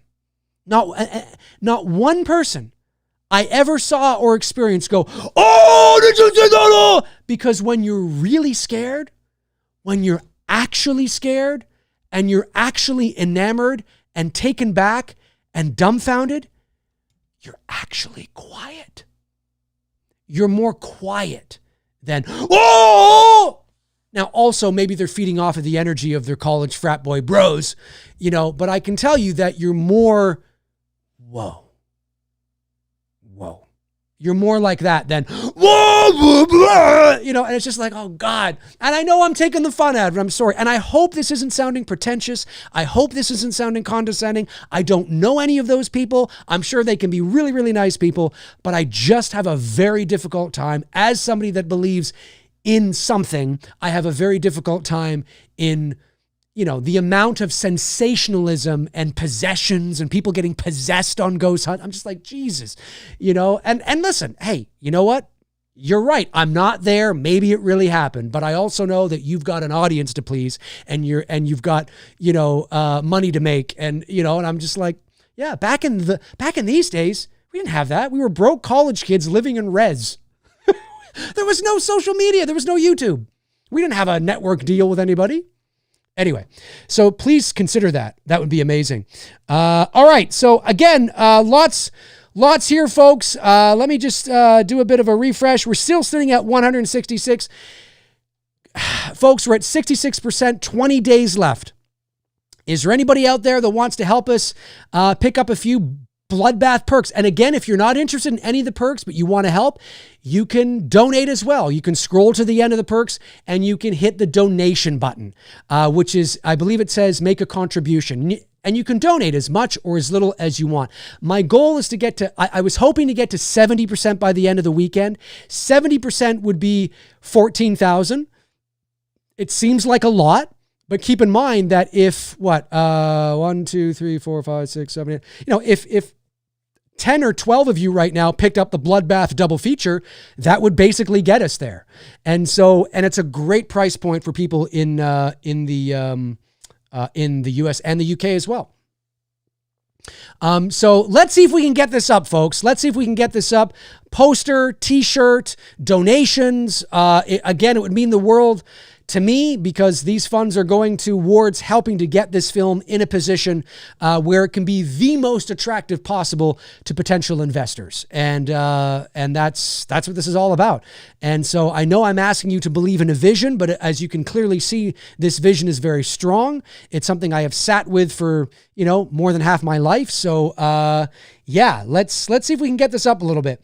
Sound Painter Studio says, I can confirm with you, Dave, personally, that you are correct. I won't describe my experiences personally because many are vivid and were proven to me personally not to be a coincidence or just a dream. Very cool. Very cool. Very cool indeed. Brandon Collins says, the first season of The Real World is probably the last time reality TV was real. That was 30 years ago. They discovered how much money there is just making shit up. Yeah. And that's sort of the problem with this kind of stuff, right? So it's kind of, yeah, it's too bad. Steve Evans says, we believe your story, Dave, because we trust you. I'm going to pick up a perk as well. Can't wait. Amazing. Thanks, buddy. I really appreciate that. Yeah, again, this is one here that I think, again, I hope we can sell it out. It would be awesome to sell it out. I'm really hoping we can. Oh, we've gone up. We've gone up a little bit. That's cool. That's cool. Let me just see. I know some people, let me see here. Some people, we've gone up. Let me see what's going on. This is awesome. We're closing in on 67%, which is good. We're only like $30 away from 67%. Josh McKenna donated $5. Thank you, Josh. Justin Deliberto, am I saying that right? Deliberto picked up the Bloodbath double feature. Ian Rapash picked up the Bloodbath double feature. And Marissa Allen donated $50. Thank you, Marissa. Really appreciate that. Thank you, thank you, thank you. Awesome, awesome, awesome. So, yeah, I mean, again, we're very close to 67%. Is it possible that we can get to 70% tonight? I think I'm feeling it. 70% would be a great number to get to tonight, folks, because then that means we're a nice 30% away. And maybe there's somebody in the wings that's been watching, waiting to, maybe waiting to drop a bomb to bump us up a little bit, but they're waiting to kind of get us into a kind of a spot that it can really kind of, you know what I mean? Maybe there is, I don't know. You never know who's watching from the wings and from the shadows, you never know. But it's interesting. It's very interesting. Brandon Collins says, I don't believe in anything paranormal, but there certainly is a lot of shit that goes unexplained. Well, yeah, I think that's a great position to be in. Something that I've learned over the years, Brandon, and I think you'd probably, respect this actually. I think most people would. So I am somebody who believes, but what does that mean? Right? So what do you mean? You believe, right? For me, I tend to be a very pragmatic person when it comes to this kind of thing, which is why my story is not in a traditional way that you might expect, right? And so I do believe, because of my experience, that there is something more. But when I say that, I don't know what that is. I'm not a religious person, so I don't believe. And remember, having a belief in something isn't evidence of that something's existence. I can believe in anything, but the belief isn't the evidence, right? But what is that? But what I find very interesting is that what seems supernatural to us and paranormal to us could very well be real. I mean, I have a voice on tape. Where did it come from? And I don't mean like the EVP you hear on some of these shows. I mean, you guys have heard it. It's one of the clearest. I mean, it's who, what, where, when, what. It's paranormal. It's supernatural. At face value, sure. But maybe these things are when I say things, I don't mean, but like these unexplained things, right? The weird things you talk about. Maybe they're very much a natural part of life and death. We just haven't been able to, figure them out, and therefore it seems supernatural to us, right? Maybe there'll be a day 200 years in the future where, it actually, we know what it is now. And we, like how years and years ago, millions of years ago, not millions, thousands, hundreds of thousands of years ago, people thought thunder was God getting angry. I mean, now we know it's not. Anyway, but I am somebody that does believe, I think consciousness and that whole, again, I got to be careful not to go into spoiler territory, but the tagline, another dimension of consciousness exists, should give a good idea of, this is a bit of a different kind of movie here. And so wrapped up in all of the horror stuff that we love. And so, it's interesting, but I do believe there is something more, but I don't know what that more. I'm not somebody that goes, well, yes, you die and then you wake up and you're on a fluffy white cloud and you meet God at the pearly gates. He says, "How are you? What's going on?" And you do that. I have no. Whoa. That's whoa. Let's not. That's just a bit of a. That's for me. If you believe that, I respect that 100%. No issues. But for me, I do think at the very least, there is enough. At the very least, circumstantial evidence, strong circumstantial evidence to suggest there's something going on here. What that is, well, you got to watch House in Port Robinson Road. No. So anyways, yeah, but I get it. Let me see. It's that kind of stuff. 167, folks, anybody out there, there's still 129 of you watching. Is there anybody out there that wants to watch Rob Zombie's Halloween 2? I can hear that. Well, yeah, Dave, I just don't want to pay for it. That's fair. Who wants to watch Rob Zombie's Halloween 2, Halloween Kills with me on Halloween night? And again, like I said, even if you're busy because you've got kids and you're trick-or-treating, you can still make the purchase. It goes to a good cause. It helps me out. It does me a solid. And you get to watch it the next day because you'll have the link. Like, it's not like a one or done thing. You will have it forever. You've made the purchase. You will have the link. Maybe you come home early and I'm still live too, right? Anybody that wants to pick that up, this is going to be a really, really fun night. It's on the campaign. How many do we have left? Let me just see here. We have, did we sell 61 already? We have sold 61. So yeah, so there's 39 left. Just 39 spots left in the Bloodbath double feature. And basically 19 days to do it. And the goal is to get this almost 67% to 100%. So that puts us into in demand. And then I won't have to do these crowdfunding shows nearly as often or maybe at all because we will be in demand and then we can quietly continue to raise funds even though the project or the campaign has ended. So there is only 20 days left, folks. So if you want to pick it up, a perk, any perk, now is the time to do it. I'd really appreciate it, folks. It would mean a lot to me. Even if we can get it to again, we're like $25 away from 67%. Certainly we could get to 67% tonight, right? That's 13,400. Or can we get to 14,000? Can it happen tonight, folks? Do your Dave a solid. Is the guilt trip working yet? No, I only mention that because I have had people reach out and say, Dave, I love your stuff. I've been watching for years. You've helped me through some, times. I wish there was something I could do to say thank you. Well, here's what you can do to say thank you. You can donate to the campaign. And that's you and again, this isn't a fan film, folks. This is a major feature-length original psychological horror drama written and directed by me, inspired by true events. This is, it's something that I take very seriously. And it's something that you could always say you got in on the ground floor, which is pretty darn cool. Tablet says, Dave, there are so many people out there who love these kinds of movies. You just have to find them, maybe in Facebook groups or somewhere else online. Well, I think, yes, and you're absolutely right. There are. I think there's a couple of things, right? So I think you're referring to maybe why people aren't because somebody said, there was somebody that made a comment the other day that said, I'm surprised with 30,000 subscribers, you didn't raise this in like 2 weeks.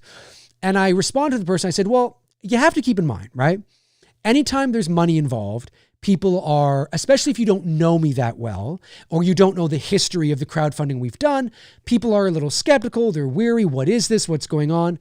The kind of campaign it is, right? It's a development funds campaign. So there is no movie at the end of the campaign. There's no Blu-rays, no, producer perks. You're basically asking somebody to believe in a vision, right? And so that's a bit tricky. And then you get people that don't know their ass from their elbow when they talk about this kind of stuff and think you should just fund it yourself. They don't understand how the film business works, and thinks that, and then there's people that think, well, if you get rich off of this, how all those people that helped fund your development funds they're not going to see a dime. And I had to explain to this person, this isn't Wall Street. You're not investing in the movie. The return on investment is the perk. You donate $40, you get a poster. That's the deal. You're not entitled to anything else. You're not if you want to invest in the project, like put up $500,000 so you're an investor, so that if this film makes money, you get a cut. That's a different story. I'll get my lawyers involved. You get your lawyers involved, and then we'll have some fun. But just in the same ways that those people who donated to Terrifier 2 didn't receive anything from the $20 million it made at the box office. No, because the agreement was you donate to this campaign, you get a Blu-ray. You donate to this campaign, to this perk and tier, you get a poster. That's the deal. That's the agreement. It's crowdfunding. This isn't Wall Street. You're not playing the stock market. You're not investing in the film in that way. You're investing in the film via crowdfunding. And so I've had to, but you always get these people that are a little skeptical. But I would like to think, if you follow me for any length of time and you know my history, Bruce and I, we delivered 2 studio quality, professional, fan-made, low-budget, independent horror movies. And when I say low budget, I mean not in terms of quality, but in terms of the production budget, right? We delivered on our promises. We raised the money. We delivered on our promises. And we're still doing that. We're keeping people updated. The Blu-rays for It's Me Billy Chapter 2 are being made as we speak. They're going to start going out in September or October, which is amazing. So you'll definitely have them before Christmas. It's one of those things where there's a proven track record of following through, of history, of trust, of putting our money where our mouth is. We're not stealing this money. We're not going off on lavish vacations. We're professionals. We are professionals who work in the entertainment industry. We can't jeopardize our reputations, by being shady. That's not how it works. I would never do that to myself or to anybody else who I'm working with, because that's not going to get you anywhere. And we're not that, we're not those kinds of people. So, but whenever there's money involved, right, people are a bit weary. Oh, this is going, and especially when you're asking somebody to believe in a development funds, because most movie fans, not everybody, but most movie fans don't know what that means. What does that mean? Development funds. I don't understand what that means. So that this isn't the movie. I don't understand what that means. So you have to explain what it means and what it's all about and why these funds are so important and all that kind of stuff. So it does, there's a learning curve there too. And it's not as sexy, right? It's an original IP. You thought raising funds for It's Me Billy was hard because it's not one of the big 3. Raising production budget money for The House on Port Robinson Road would be even harder, because it's like, what is The House on Port Robinson Road? So you have to spend a lot of your time getting people to learn what it is and what it's about and all that kind of stuff. And it's not a slasher movie. It's not a Halloween. It's not a Friday the 13th. It's not a found footage movie. It's a psychological horror drama. So with supernatural elements, of course. So it's a little more elevated. So, I've already had people say, well, I'd donate if it was like slasher, but, it's like, okay, that's fine. That's totally fair. So it's definitely going to appeal to certain people, maybe not others, and all that kind of stuff. So, it's a bit of an uphill battle, which is also why I don't think I could raise the production budget via crowdfunding, because it's a major, it's not the Billy films. Somebody in the chat, it might've been Warren Armour from last show, asked, do you think I could make the movie just with the funds that I did with Billy? Like, a couple $100,000. The answer is no. This is a major feature-length film. Like I said, it's probably at least a $5-6 million, anywhere between $1 million and $5 million. I think it's somewhere in that ballpark. So very low budget in the big picture. But one of the reasons why I'm raising development money is so I can figure that out. What exactly is this going to cost? I want to hire a line producer, bring them on, go through the script and figure all that out. So, you know, it's not as sexy, but if you understand the business of filmmaking and the world of film, you totally get what I'm doing and what I'm doing. To the average movie fan, it might feel like, I don't understand this. You know what I mean? And I understand that. So it's a bit of a tough sell. I think it will get easier when things get a little bit more rolling, right? When there's investors involved, we're moving into pre-production, then it's right now it's hard because you have to do a lot of explaining. I got to go on podcasts and explain what this is, and then people get it, right? Just looking at it, not quite, you know what I mean? So there's a bit of a uphill battle, but it's a bit tricky. $500,000. Oh shit. Let me go get some lotto tickets. Well, no, I just simply mean that, you know, serious investors come with serious money, right? From an investing standpoint, like crowdfunding is investing. Of course it is, but it's a different kind of investing, right? It's a different kind of investing. And so that person who made that comment is just ignorant, you know, that's not the agreement. It's crowdfunding. The agreement is, hey, I want to support this film. I'm going to spend $30. I spend $30. I get a poster or I get a Blu-ray. That's your ROI. You don't get like a back end deal, you know, or that's not what it is. You know, so if that's the kind of investor you want to be, that's a different conversation altogether. And I'm totally open to that. If somebody's like, I want to put up a couple $100,000. Okay, let's have a conversation. We'll get our lawyers involved, you know, make sure everything's okay. That's a different conversation. But crowdfunding is not but again, anytime there's money involved, people are weary. But at the very least, I would hope that if you're new and you don't know me and this is your first time, I get it. If you're somebody that has followed me for any length of time, shut up. And you're coming out of the woodwork saying, why don't you just do this? Or why are you doing this? Or why are you funny yourself? Or why are you do? Shut up. Because at the very least, I would like to think that the 5 years of trust and the 2 campaigns of raising over $220,000 and hey, I can't guarantee that you're going to like the movie, but the follow through that we gave with the Billy films should at the very least show you that we take this fucking shit seriously, that we're not fucking around. We're not messing around. Do you know what I mean? Like this is, you know, like at the very least, right? I'm very disappointed when somebody comes along who I know who's a little side eye and accusatory. It's kind of like, really, bro? Really? Like I can understand if this is the first time I was doing this. You got questions. I get it. But look at our track record, right?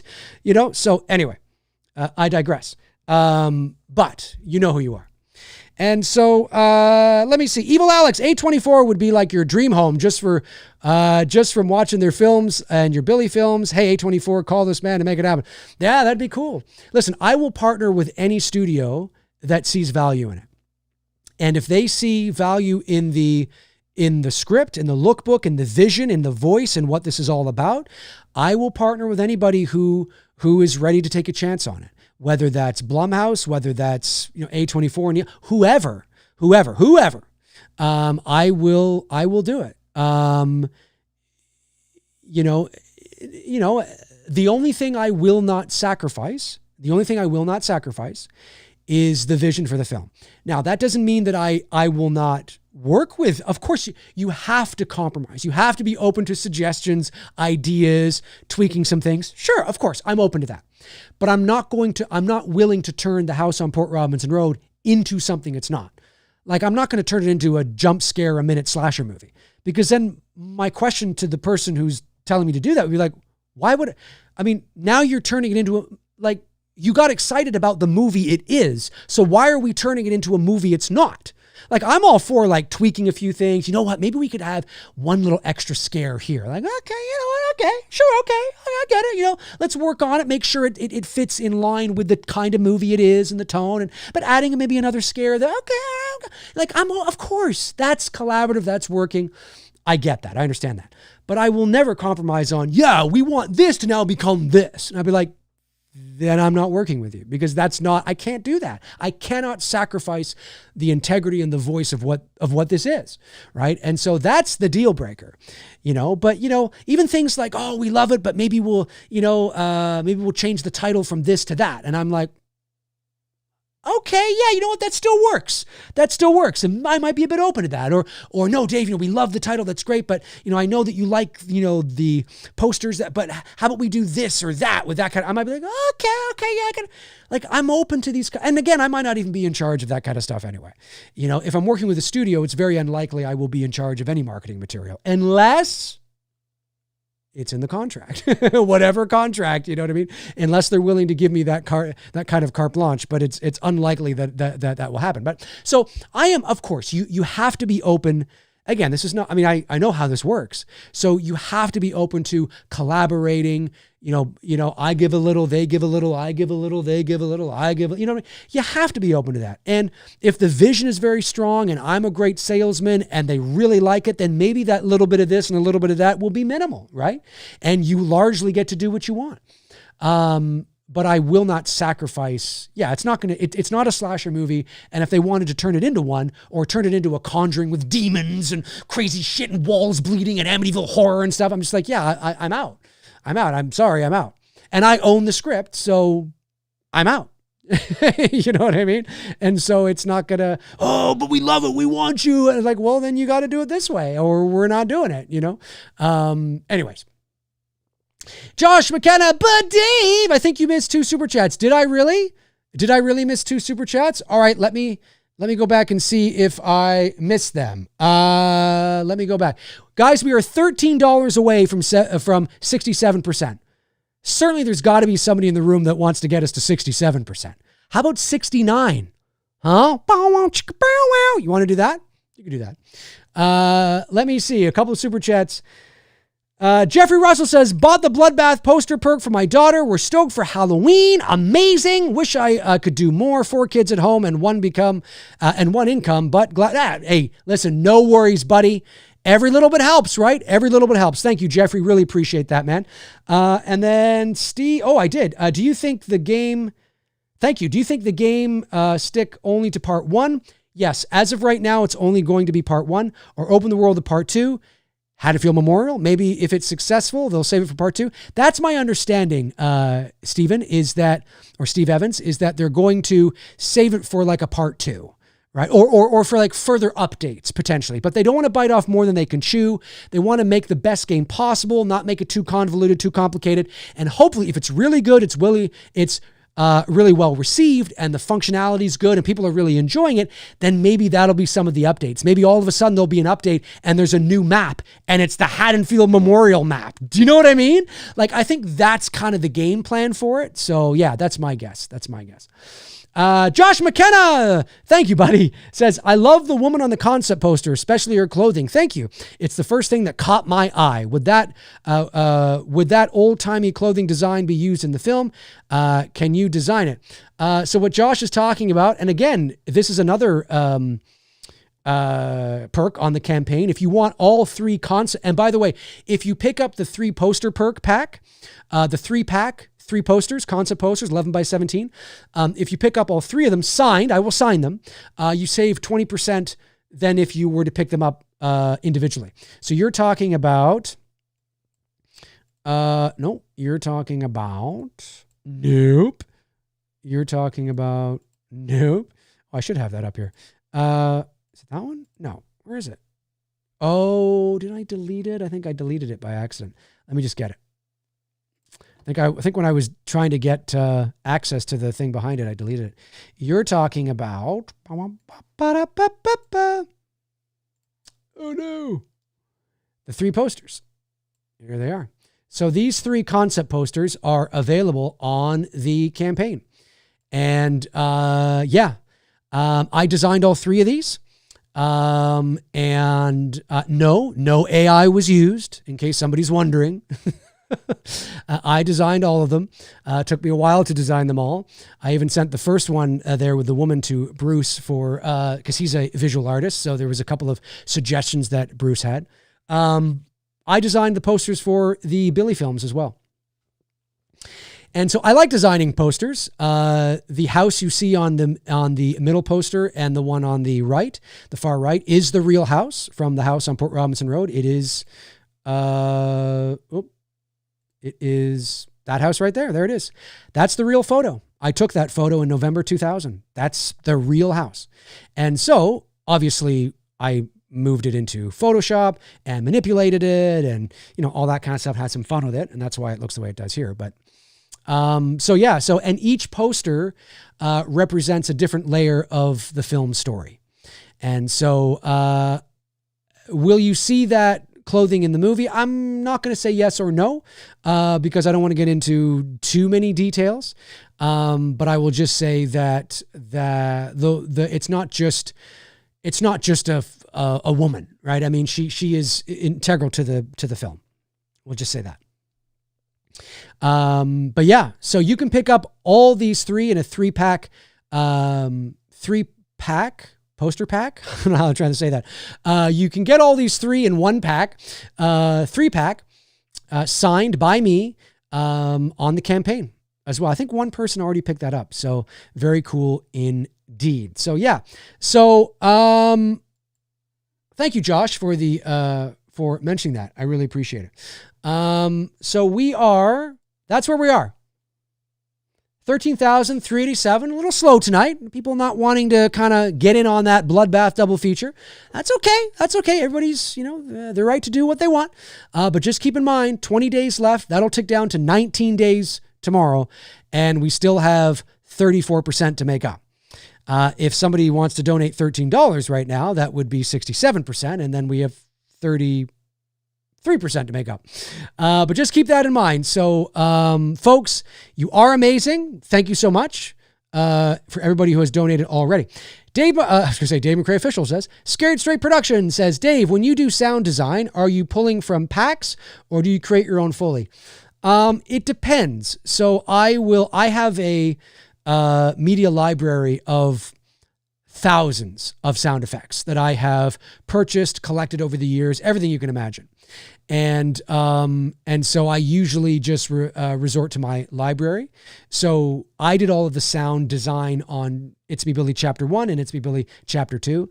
And so one of the reasons why I did that was because one of the tall tale signs of low budget filmmaking is many low budget films don't have the money to hire a professional sound designer and get their sound design professionally mixed and mastered, which is why they'll often just use the Foley from set. Now, it is always important for a sound recordist or boom operator. Their primary job is to record dialogue, to record audio. That's their primary job. But they will often, or they will have a team that will often pick up Foley on set, right? Doors opening, footsteps, rustles in the trees and things like that. But generally speaking, unless it's really great, that is used as a guide track more often than not, because it's not the high quality that is really needed for professional post-production mixed and mastering.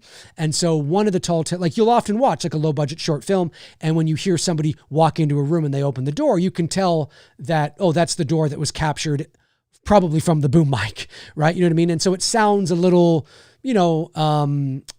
lower budget, right? It doesn't sound as rich as full.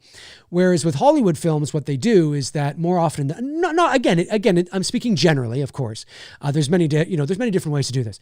But a professional sound designer and mixer will, and I've watched them. I mean, as a voice actor, I've watched many commercials, documentaries, promos, mixed and mastered by the sound designers who are mixing and mastering me and my voice. So I've been to many studios where I've seen this happen, post-production, facilities where they actually mix and master films. And so, and to watch them work. And so what they will often do is use those sounds that are recorded on set as a guide track, right? You know what I mean? It's like having a guide track for voiceover, which, sometimes happens as well. And so, so for me, what I wanted to do with It's Me Billy is that I knew, because we were the production value, the production value in terms of, production value, right? In terms of the way the Billy films are going to look and feel, because we are shooting on cinematic grade cameras with master prime lenses and professional actors and crew and unions and stuff, like it's going to look great with, with our DP,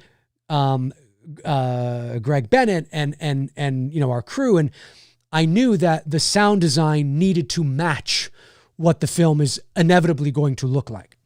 And so I have, as a voice actor and having mixed and mastered in my life, I've taken, the time to do a lot of that. So I took the time to mix and master and design all of the sound that you hear in It's Me Billy, which is why things sound very rich, very full, very Hollywood, right? Sounds very, oh yeah. Now the key is that you still have to make sure that these sounds sound like they are in the environment that you are placing them in.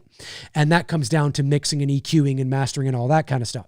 And so you can't just take a random sound effect and plop it in and just go. You have to make sure it sounds like it is the door in that environment. And so most of the stuff that I used on the two Billy films were added in post. Doors opening, footsteps, like in Billy Chapter 1, when you see them at the dining room table and they're eating, if you hear a knife or a fork or a glass being put down, that's all added afterwards. Because if I use the sound that's added in post or that's added in the environment, it sounds flat and so yeah. So long answer, sorry about that, but I love it. Bruce he can do it, but he finds it very tedious. He looks at, he comes over and he sees all of the layers of sound design. We had, I think, about 17 or 18 different layers of audio for both films. And I love it. Like, I just love design. Now, obviously it's also our movie, my movie. So I get a kick out of seeing it come to life. But I really enjoy it. And I have designed sound for a low budget film, a Canadian and low budget film about 6 or 7 years ago, which I think is on Prime. I did a lot of the sound design on that. I'll have to get the name of it. I forget. It's a low budget campfire kind of movie. I don't know if I ever told you that, but anyway.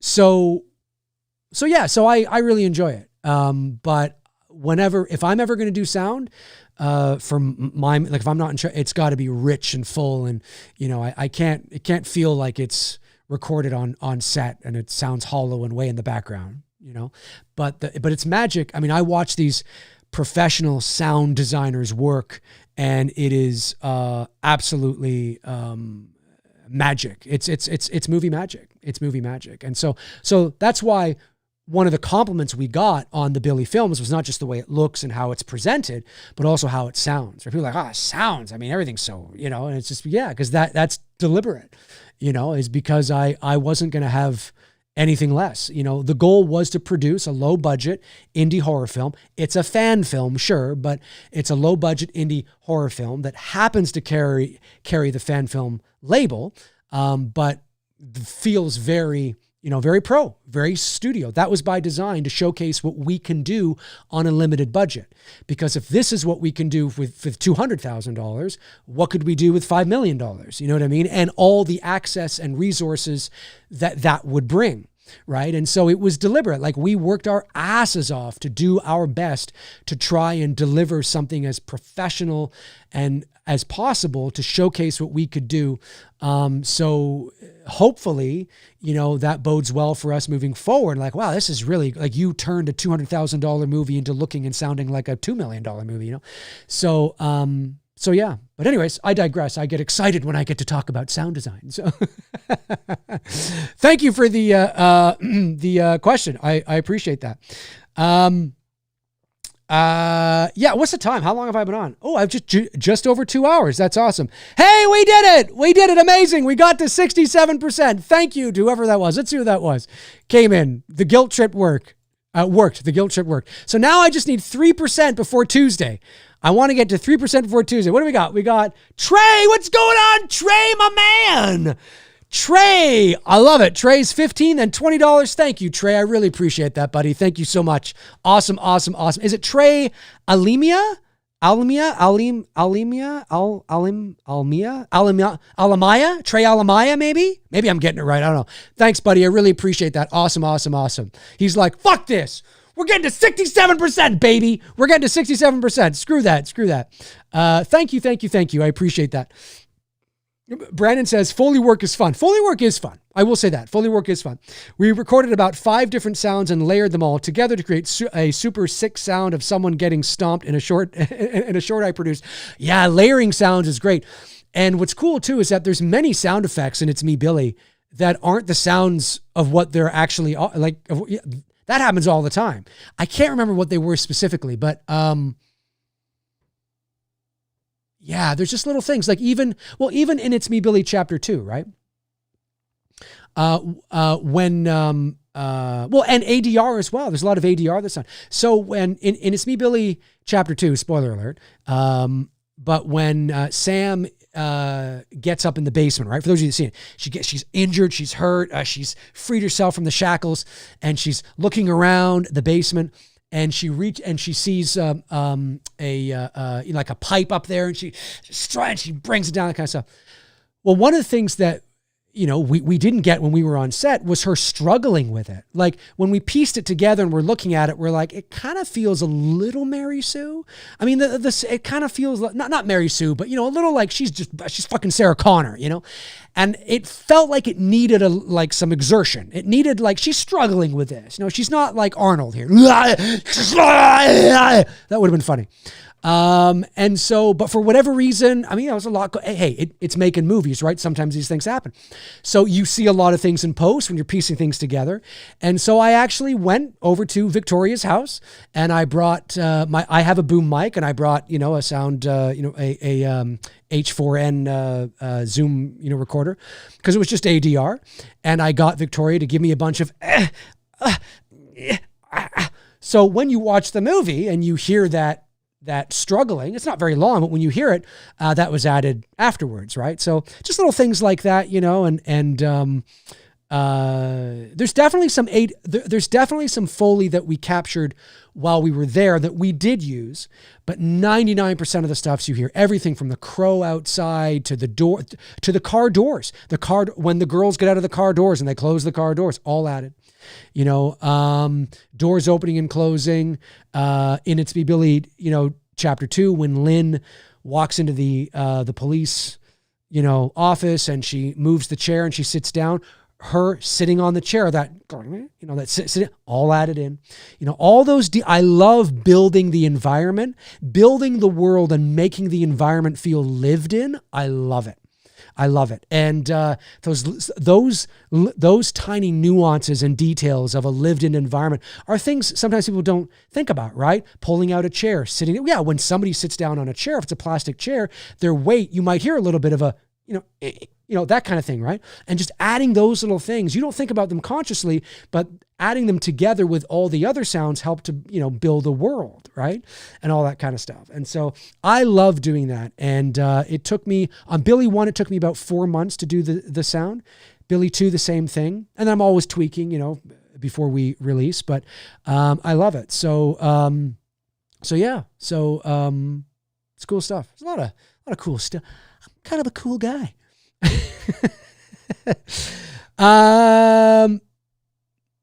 Let me see.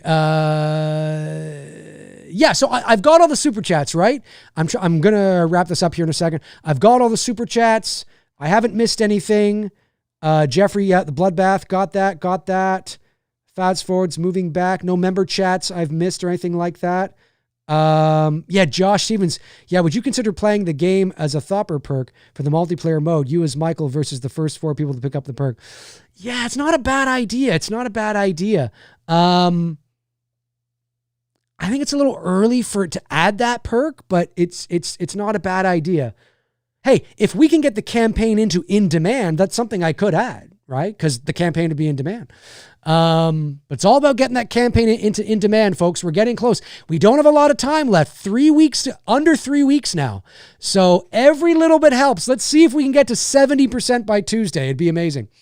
Billy Bob 2000 says, as much as I love movies, I feel seeing or learning the process sort of reveals the magic trick for me. As cool as it is seeing it, being ignorant of the process lets my imagination flow. Thoughts?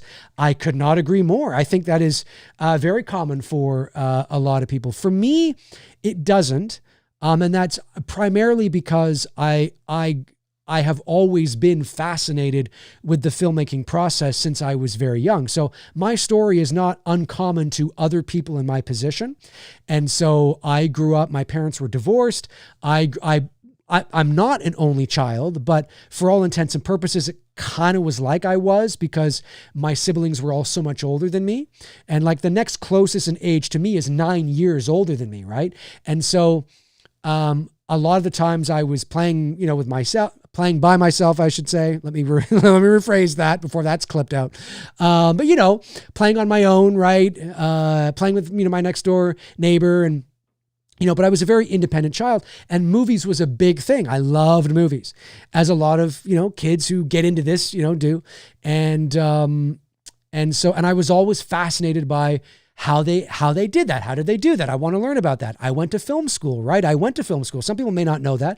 I did go to film school. I did not graduate, but I did do 2 years of film, and I learned a lot. I learned how movies were made. I shot on 16 millimeter film, and I made a 16 millimeter movie, and I used an old Steinbeck to edit the movie and do the sound design and post in the post houses. And so now, a lot has changed since I went to film school, but the principles of filmmaking and storytelling have not. The principles of filmmaking and storytelling have not. And so I'm very passionate about it. So for me, I get the same level of, like, I can watch a movie and at the same time as enjoying the process of how they made it. That's a cool shot. That's great. Oh, I think that's a dolly there. Oh, I love how they did this. Oh, that's amazing. I'm still enjoying the movie as a fan. And I think it's just because I've been able to find that balance, because it's like a muscle, right? Do you know what I mean? I'm still enjoying it as a fan. And so, but for some people, you're right. For some people, it's a bit trickier. For some people, it's a bit trickier and it's harder, and they don't want to know how the magic is done. They don't want to, know what's behind the curtain, right? I totally get that. It happens.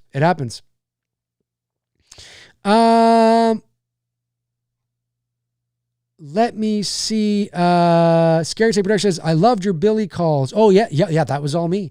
I just imagine Dave going mad in his booth. Yeah.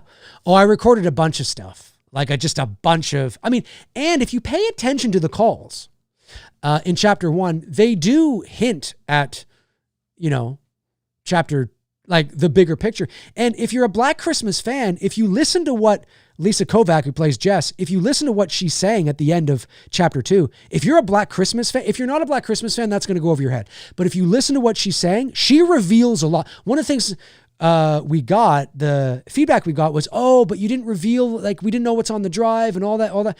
No, if you listen to what she said, no, you're right. We don't plug in the drive and tell you what's on it. But if you listen to what she's saying, there's so much that's revealed in there about Agnes and Billy and their relationship in chapter 1 and the kills in the original Black Christmas. If you know Black Christmas and you listen to Jess's dialogue, I know who you are. I know how she helped you. All this kind, you're like, oh, it's like a moment for Black Christmas fans. If you're not a Black Christmas fan, you've never seen the movie, you saw it once 25 years ago, you're probably like, I don't get it. What's going on? But if you know it, it's really great. It's really great. So anyways, thank you, Billy Bob, for the super chat. I appreciate that. So I think I've got them all now. Ooh, I got to take a swig of water here. That's right. Brandon says, knowing how the sausage is made is both a blessing and a curse. I agree. But I get jazzed. Like, I get excited. Like, after watching Weapons, I was so like inspired. I just like, yeah, that's fucking right. I love seeing that. You know what I mean? I was like, yeah, it looks great, man. Like that's yeah. Some good. There were some things I would have done a bit differently, but I was like, yeah. It's a good movie. I like Weapons. It was a good movie. All right, folks. Well, listen, that's going to do it for me here on this episode of McRae Live. I want to thank each and every one of you for tuning in. If you're watching after the fact, if you've made it this far, jump into the comment section. Let me know your thoughts on anything I had to say here today, but more specifically, the main topics, the Halloween game, the walkthrough of the official website. What did you think about what they're saying? Does it make you feel less worried? Are you more worried? Let me know below. And let me know your thoughts on Nick Castle returning as motion capture Michael Myers. You heard it here first. I firmly believe that it won't be long In a couple years, Nick's going to be at conventions signing photos of him as Michael Myers in the Halloween game. I think that's pretty cool. Folks, also, again, there's only 20 days left. That's going to change over to 19 days tomorrow. I want to get this sucker to 70% by Tuesday. Why? Because that will be, 18 days left. It'll be like we'll be heading into our 6th week or something at that point. Let's see if we can get to 70% by Tuesday. 70% by Tuesday. And for goodness gracious, Halloween fans, let's sell out the Bloodbath double feature perk right there. There's 61 people that have picked it up. That means there's only 39 spots left. If we sell that out, we're all Halloween fans here. If we sell that out, I mean, that's going to add, what's 61? What's 39 times, let me just do a little calculation here. 39 times, I got to times it in Canadian dollars, 9 times 50. That'll add another $1,950 to the campaign. You add $1,950 to what we have right now, which is $417 or something like that. And we're up to $15,367. So that means we'd be like heading to 75% territory, right? And so I think that's something we could sell out for sure, but you've only got 20 days to do it. 19 days as of tomorrow. So let's see if we can do it, folks. Let's see if we can do it. Let's this community did it in 2020. You did it in 2023. Let's do it again in 2025 and get and meet our base goal. Our base goal for the development funds for the house on Port Robinson Road. Edward Nito, what's going on? Sup, Dave? Godzilla 1985 celebrated 40 years yesterday. It did. I didn't even know that. I didn't see the meme until today. And I was like, oh, damn, if I had known that, I would have made a post about it. I guess I could still make the post. But yeah, you're right. Maybe that'd be a good show. Nobody would tune into that, but maybe that'd be a good show to do. 40 years of our favorite Godzilla movie, 1985. Yeah, maybe that'd be good. I don't know. All right, folks, listen, have a great rest of your night. Thank you for tuning in. Jump into the comment section. Let me know your thoughts on anything I had to say here today. And I will talk to you all very, very soon. Alrighty. In the meantime and in between time, I will... Hang on. Do I have... Is it that one? I think it's this one. I'll play this one on the extra. All right, folks. Have a great night. I'll talk to you soon. Cheers.